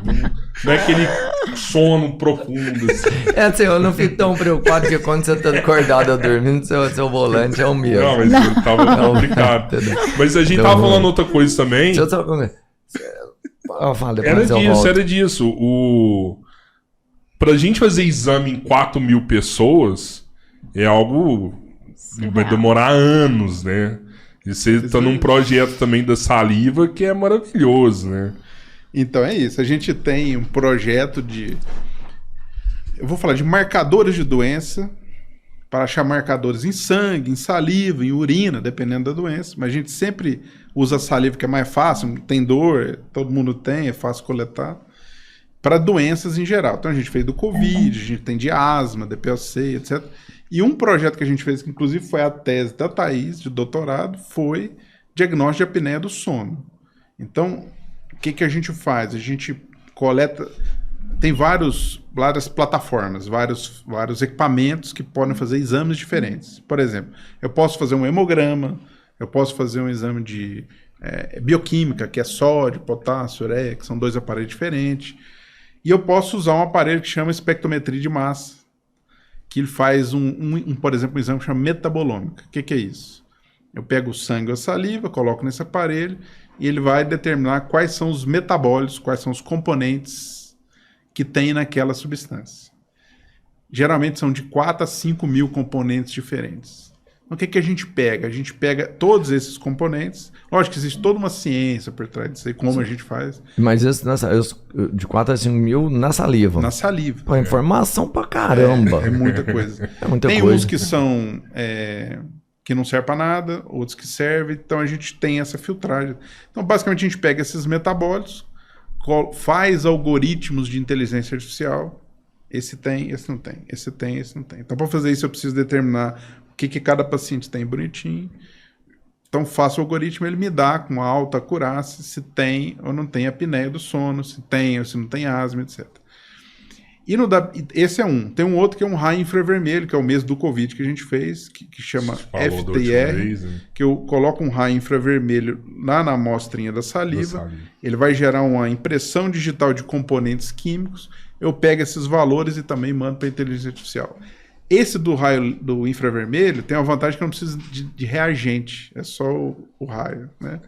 Só gasta energia. Só gasta energia. Então, em pouco tempo, né, esse do FTR, né, do raio infravermelho, em 2 minutos eu tenho o resultado. Olha isso, é muito rápido. O outro, eu demoro um pouco mais, preciso de um equipamento gigante, mas eu consigo fazer mais exames ao longo do dia do que com o FTR que a gente tem disponível hoje. Mas aí, então é isso, esse é o princípio. No trabalho da Thaís, né, foi um trabalho de apneia em criança, que tem um componente geralmente de amígdala gigante, né, de obstrução mecânica, que o tratamento basicamente é cirúrgico. Na criança, a maior parte dos casos, eu tenho que operar para tirar, para desobstruir para o paciente. E a consequência que ela falou, não, falta de aprendizado, dificuldade de atenção e etc. Né? Então, se o menino demora 4, 5 anos para ter esse diagnóstico, às vezes não tem, em Minas não tem. Né? O que acontece? Já foi, o aprendizado já comprometeu o resto da vida. Nossa. Então, o que a gente observou? Né? A gente observou que, utilizando essas 2 plataformas, esses 2 aparelhos, a gente consegue diferenciar de quem tem e de quem não tem apneia. Então, um diagnóstico. Ou, vamos lá, uma triagem. Eu vou triar e vou pegar aqueles mais prováveis que tem para priorizar para fazer o exame, por exemplo. E outra coisa interessante, quando a gente tratou esses pacientes e eles normalizaram a apneia, o que aconteceu? Esse perfil de metabolômico, ele normalizou. Igualou. Então eu consigo, né, potencial. Nós estamos colhendo mais pacientes, analisando, porque a gente precisa ter uma robustez de dado para que isso seja confiável, a gente consiga trazer para todo mundo ter disponível. Então a gente consegue diferenciar quem tem e quem não tem, e mais, quem tem e trata e normaliza, eu consigo saber que deu certo o tratamento dele. Então esse é o ponto que a gente está. Né? Nós estamos fazendo para várias doenças, uma delas a apneia, e a gente seguindo para que talvez isso seja uma alternativa, por exemplo, num sistema de saúde público em que eu não tenho acesso a um diagnóstico correto. adequado. Você falou da UF lá, e eu falei que eu ia voltar nela, é exatamente esse ponto que você falou agora. Você acha que quando vocês concluírem lá a equipe multidisciplinar, trabalhando junto, num órgão federal, vocês acham que vocês podem virar, sei lá, uma referência para descobrir tratamentos ou novas formas de atendimento lá, já que vai estar todo mundo unido? Com certeza. Eu acho que Eu sim. acredito. Existe duas coisas para que a gente produza na universidade, e não é só para a área médica, a área de saúde, né? Chegar no mercado, por exemplo. Eu tenho a pesquisa, que eu faço esse trabalho, publico na revista, comemoro e beleza. Vai ficar lá. Sim. Eu vou aprender, mas... Você ganha como se fosse um título ali, né? Sei lá. Talvez Até um artigo publicado. Talvez a moeda do pesquisador é a publicação. Quanto melhor a publicação, mais isso é valorizado. Mas para isso chegar no mercado, você tem uma barreira regulatória. A Anvisa, por exemplo, no caso da saúde. E aí, o que nós aprendemos com o Covid, com o projeto do Covid, por exemplo, foi que a ciência, que já é difícil, é uma etapa dessa regulação que é para chegar lá na frente. E depois nós temos outra barreira, que é a barreira comercial, mas isso eu não vou nem... Então, essas duas, por isso que eu falei, a gente precisa ter uma maior integração, né? Pensando em transformar aquele conhecimento que a universidade gera para produto que vai chegar para as pessoas. Então, essa barreira regulatória hoje dificulta bastante. São poucas pesquisadores, eu vou falar mais da área da saúde, que dominam e entendem da parte regulatória. Então, a pesquisa acaba morrendo na publicação, são coisas fantásticas que existem no Brasil e no mundo, mas que dificilmente vão chegar para nós, né? Então, é isso, assim, a gente precisa, né, talvez de parceria público-privada, talvez com capacitações nesse sentido, talvez uma ação do governo federal ou da Anvisa ou dos órgãos de regulação no sentido de desenvolver esses pesquisadores para que eles possam pegar esse produto da ciência e jogar para o mercado para a população se beneficiar. Você imagina hoje num cenário de Araguari que eu precisaria de 2.000 exames serem feitos. Eu não tenho nenhum laboratório físico. Eu tenho alguns lugares que fazem com um aparelho mais simples para casa, né? Eu vou demorar quanto tempo para, né? Então, considerando que vai funcionar. Se eu tiver 2 aparelhos, 2.000 dias. Isso são quase 8 anos, 6 anos, né? Então, eu demorei 6 anos depois para ter acesso ao tratamento. Se eu conseguisse fazer um teste, por exemplo, na saliva, que eu consigo triar 4.000 pessoas em uma semana...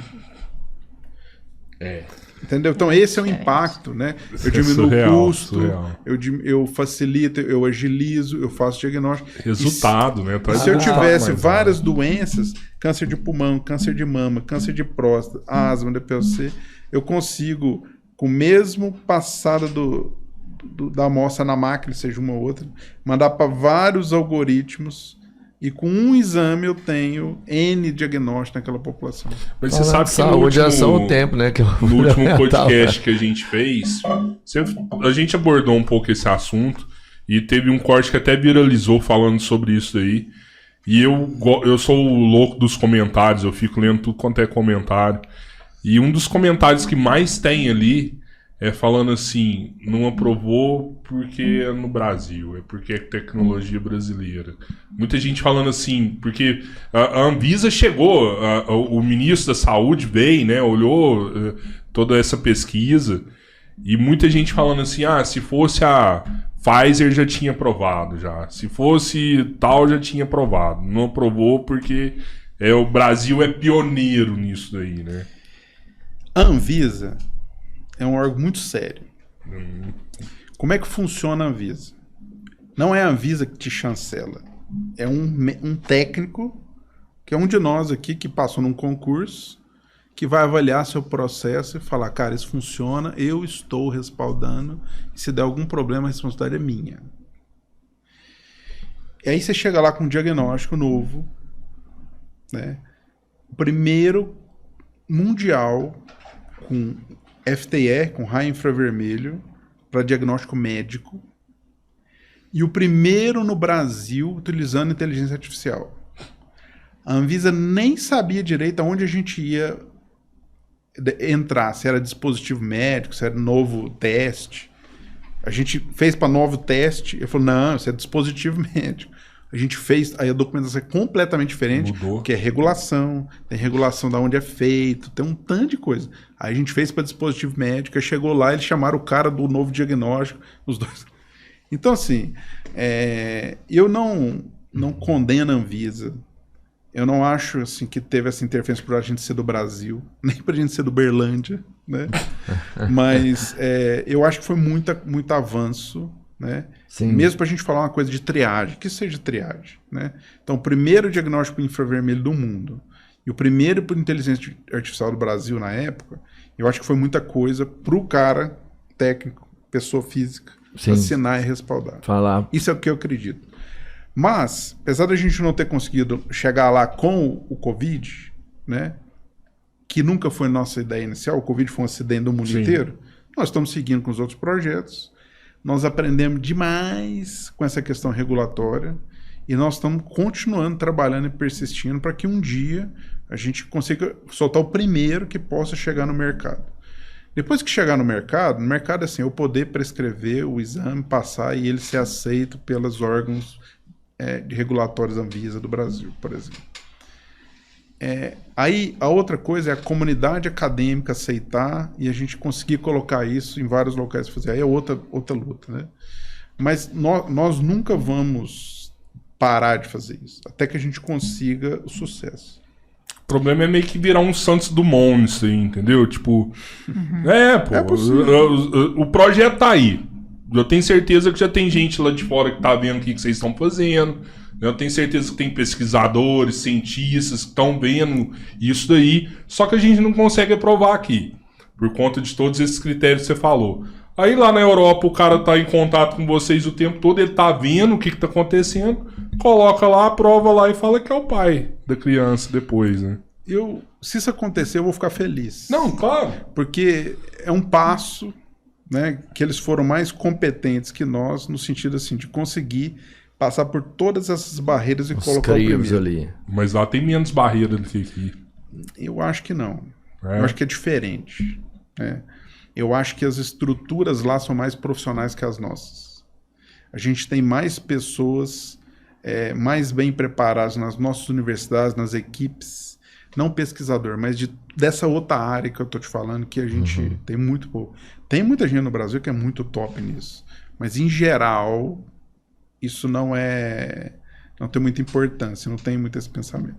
Vai mudar para a população mundial isso aí, muda né, demais.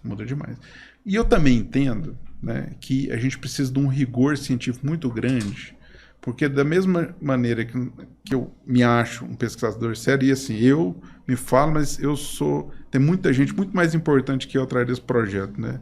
Tem o meu grande amigo que faleceu, que é o Luiz Ricardo Goulart, que é o pai de todos nós, vamos dizer, o mestre que agregou todo mundo. É o gênio que o mundo perdeu pelo Covid. Nós temos o professor Robson, o professor Mário, toda a equipe do Laboratório de Nanobiotecnologia. Então, eu estou aqui tendo a oportunidade de falar para vocês, mas a equipe é gigantesca e nós estamos juntos, até assim, nós vamos entregar pelo menos, em homenagem ao Luiz Ricardo, que foi quem nos motivou, quem nos uniu, né? Que tinha esse espírito, né, de agregação de pessoas para um bem comum, né?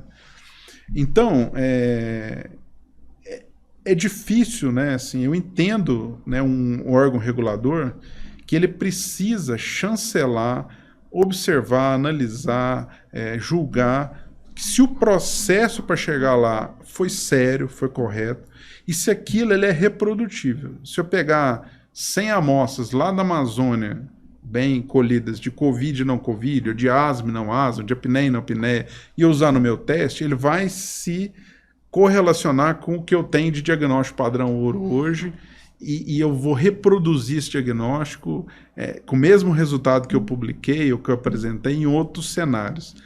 Aí sim eu vou ter segurança de utilizar. Porque a pior coisa, uma das coisas piores da medicina é eu contar com um dado errado eu vou fazer uma análise errada, vou tomar uma decisão errada para um paciente, eu posso prejudicar ele. Eu tenho vários exemplos que eu posso te dar sobre isso. Então, eu preciso estar certo. Então, eu lamento que a gente não conseguiu nesse momento, mas eu entendo a seriedade dos órgãos. Quem sou eu para falar mal da Anvisa? Todas as reuniões, e foram muitas que a gente teve com o pessoal, nós fomos muito bem acolhidos, muito bem orientados. Vieram aqui várias vezes, né? O pessoal do Ministério. Então, são pessoas muito sérias. Essa parte técnica é uma parte muito séria. Mas, né, o que a gente fez não foi suficiente para que eles nos respaldassem, para que a gente tivesse isso hoje. Então, mas a luta continua e nós vamos vencer. Vai ter uma hora que nós vamos... do laboratório lá na UPA. Calma, tudo tem seu tempo, né? Aí você queria falar alguma coisa de melatonina, né?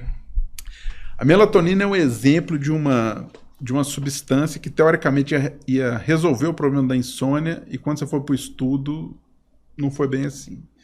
A melatonina é uma substância que é produzida quando fica escuro. Ou seja, quando você aumenta a melatonina, você dorme. Quando você acorda, fica claro, diminui a produção de melatonina, você acorda. Eu acho que tem gente que vende esse remédio, não tem? Vou comprar melatonina para estudar. O Pedro toma esse remédio. É o fitoterápico. É um dos fitoterápicos. Então hoje, a melatonina, em geral, no Brasil e no mundo, ela não é vendida como medicamento, ela é vendida como suplemento alimentar. Então eu vou achar em loja de suplemento, tem lá melatonina. Qual o problema disso? O problema é que eu não sei se o que tem naquela cápsula é melatonina, e nem se a dose é igual em toda a cápsula. Então tem algumas questões de produção mesmo, de pureza de material. Então esse é o primeiro problema. Pô, mas aí a Anvisa não olha isso aí? Por isso que não. Porque ela não é regulada como medicamento. Ela não é medicamento. Então ela não tem o mesmo critério. Então vários trabalhos já foram feitos. Na frasco lá tem 3 miligramas de melatonina. Na hora que vai ver, tem mais um monte de coisa. Além da melatonina, não tem aquela dosagem. Então, Caraca, como ela não é regulada... Tem asa de barata no negócio. Como ela não é... Como suplemento, ela não passa pelo crivo da regulação. Nossa! Pô, mas o CIF ali, não sei, o CIF nos alimentos, quem que é que supervisiona isso? Anvisa. O quê? Alimento?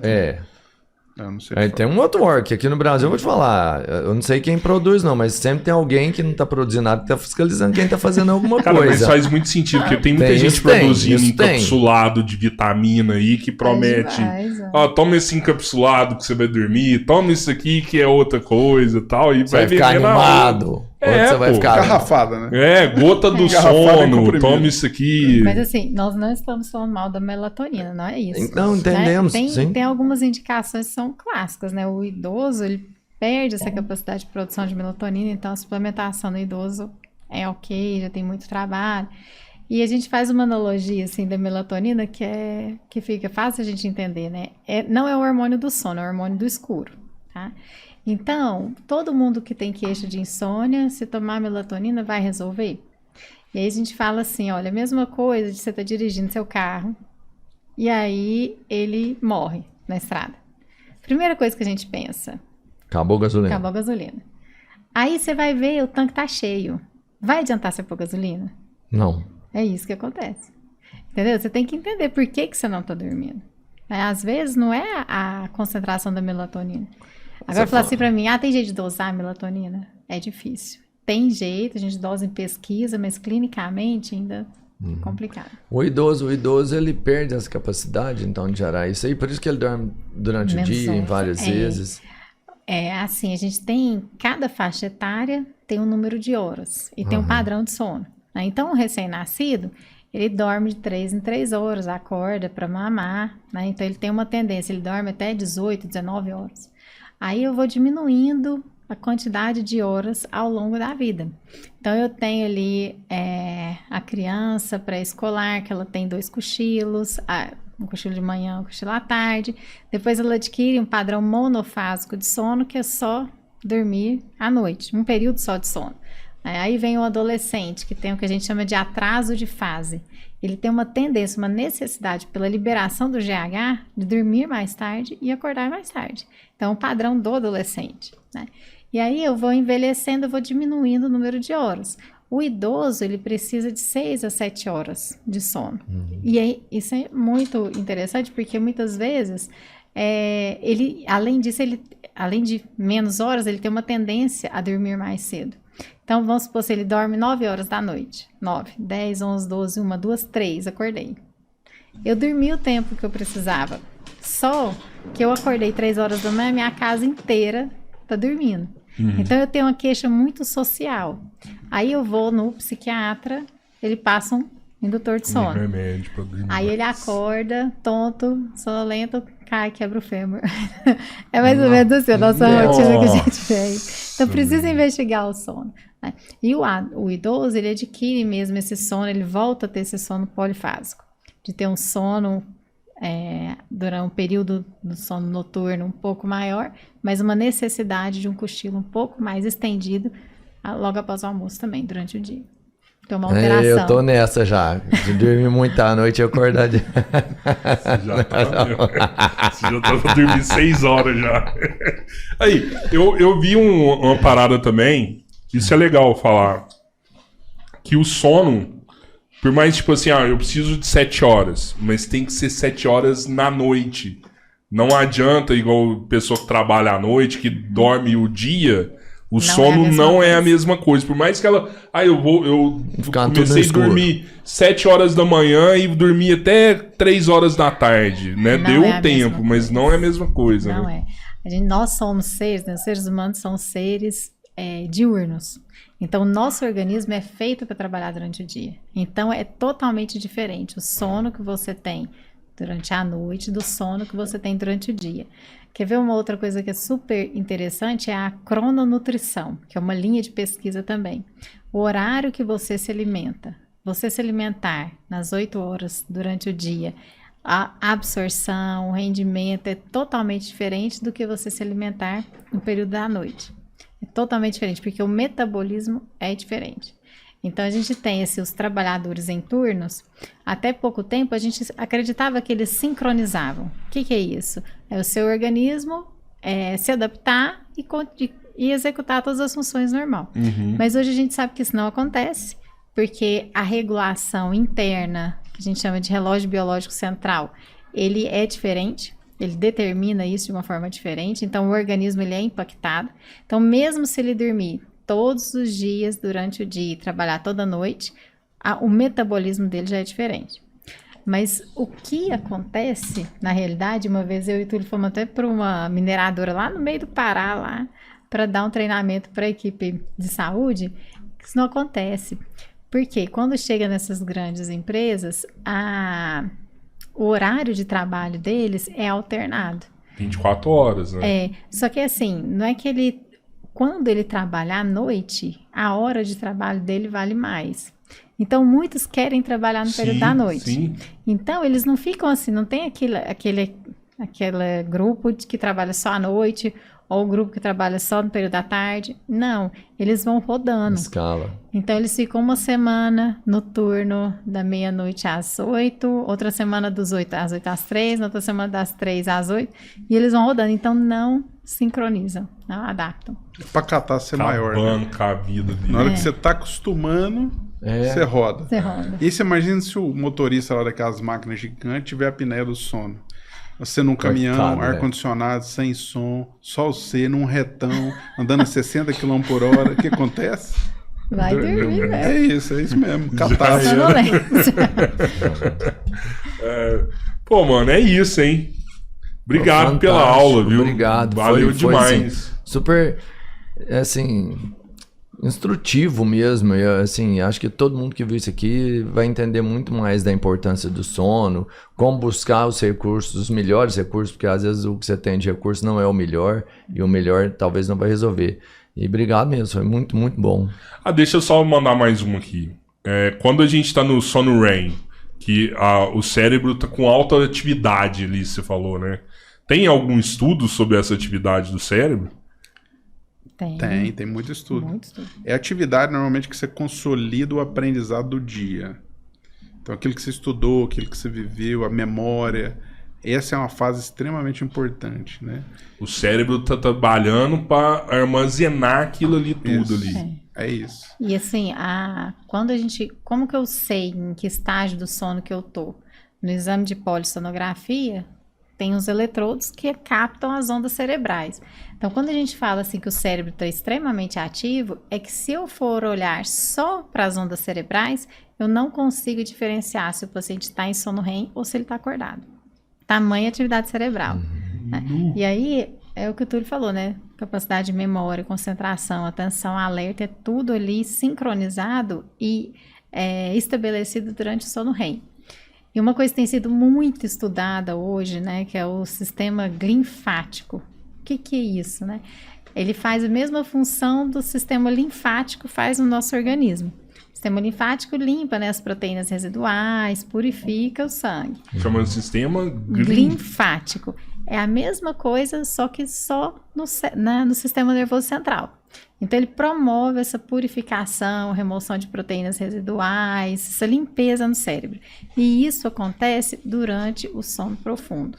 Tá? Então, durante o sono REM e durante o N3, que são sonos mais profundos. Então, se a pessoa tem uma restrição de sono, esse sistema linfático ele fica comprometido.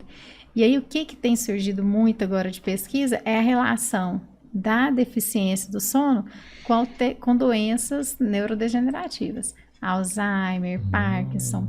Então, tem um risco aumentado mesmo para essas doenças, a restrição de sono. Nossa, cara, sono mundial.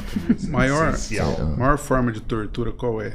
Que é abominada até para os piores torturadores. Deixar acordado, com o olhar aberto. Privação do sono. Então, aquela sonzeira, ou luz, ou água pingando, ou o cara começa a cochilar, você vai lá e bate na grade. Tortura. Então, isso é abominado até nos piores torturadores. Você viu os caras que veio no leme do navio? Você viu esse negócio? Não. Mano, surreal. Os caras foram fugir, acho que na Angola que eles estavam, foram fugir, e eles não sabiam, eles achavam que ia pra Europa, né? E aí eles entraram num navio e entraram pelo leme ali, velho. Sabe? Pelo leme mesmo, assim. Era aqueles navios grandão, né? Cargueiro. Petroleiro lá, sabe? Entraram pelo leme. E aí eles não sabiam pra onde que ia. Vou pra Europa, né? E chegaram no Brasil. Só que foi 14 ou 15 dias de viagem, cara. E era um negócio, eles, tipo assim, eles ficavam em pé numa plataforma que era o tamanho da base dessa cadeira. Sem água, sem comida, com a onda do mar batendo, tempestade. Não tem jeito. Sem água você só sobrevive 3 dias. Sem água, sem comida, com a onda batendo, e eles não podiam dormir, meu irmão. Porque se eles dormissem, eles caíam do negócio. Quantos dias? 14 dias. É impossível. Sem alimento, 7. Né? 14 dias. E sem água é 4 dias. Sem água é 4 dias. Beleza. Ainda mais que eles estavam no mar com... Nossa, a troca de ar... Nossa, não tem jeito. Então foi Deus, então. Então foi. Esse aí porque aconteceu 14 dias. Eu não vi isso não, mas é muito louco isso aí, mano. E eram 4, se não me engano. Essa aí ganhou de todas as que eu já vi. Assim, fonte, voz da cabeça. Ronaldo aí. Nem o Naldo, velho. Essa aí, né, entendeu? E olha que eu já tive história boa, mas essa aí, ó, bateu todas as minhas de todos os anos. Essa aí, valeu, John. Obrigado, viu? Mas é por isso que é massa a gente estudar o nosso cérebro, assim, né? Mas o corpo humano, né, cara? Maluca. A gente faz coisa quando tá no extremo que ninguém imagina, né? É muito doido isso. Eu prefiro dormir em pé. Se fosse eu tinha vindo dormindo de lá até aqui. Abraço, dorme. Gente, obrigado mais uma vez. Valeu demais. Gente, segue a gente no canal de cortes também. Vai lá, se vê no Kawaii, TikTok, Instagram, Podcast 3 Irmãos. Se você viu a gente, cara, valeu, obrigado. Mas é tão importante quanto ser visto, é ser lembrado. Então lembre de lá, clica pra seguir a gente, que aí você sempre vai estar vendo a gente. Segue o Dr. Túlio também. Tem Cunha, né? Isso. O Dr. Túlio não tem a rede social muito ativa, não, né? Você trabalha o dia inteiro. Você tinha que trabalhar mais sua rede social. Eu falo pra ele. Aí, ó, tá vendo? A doutora Thaís já tem a rede social mais ativa ali, né? Tem um potencial do caramba. Então, Thaís... Thaís Crozara. Crozara. Bom, beleza. Crozara, de onde que veio esse nome, Crozara? É italiano. Italiano, pô, da hora. Chique, né, mano? É isso. Valeu, gente. Brigadão. Segue a gente. Fui. Flui.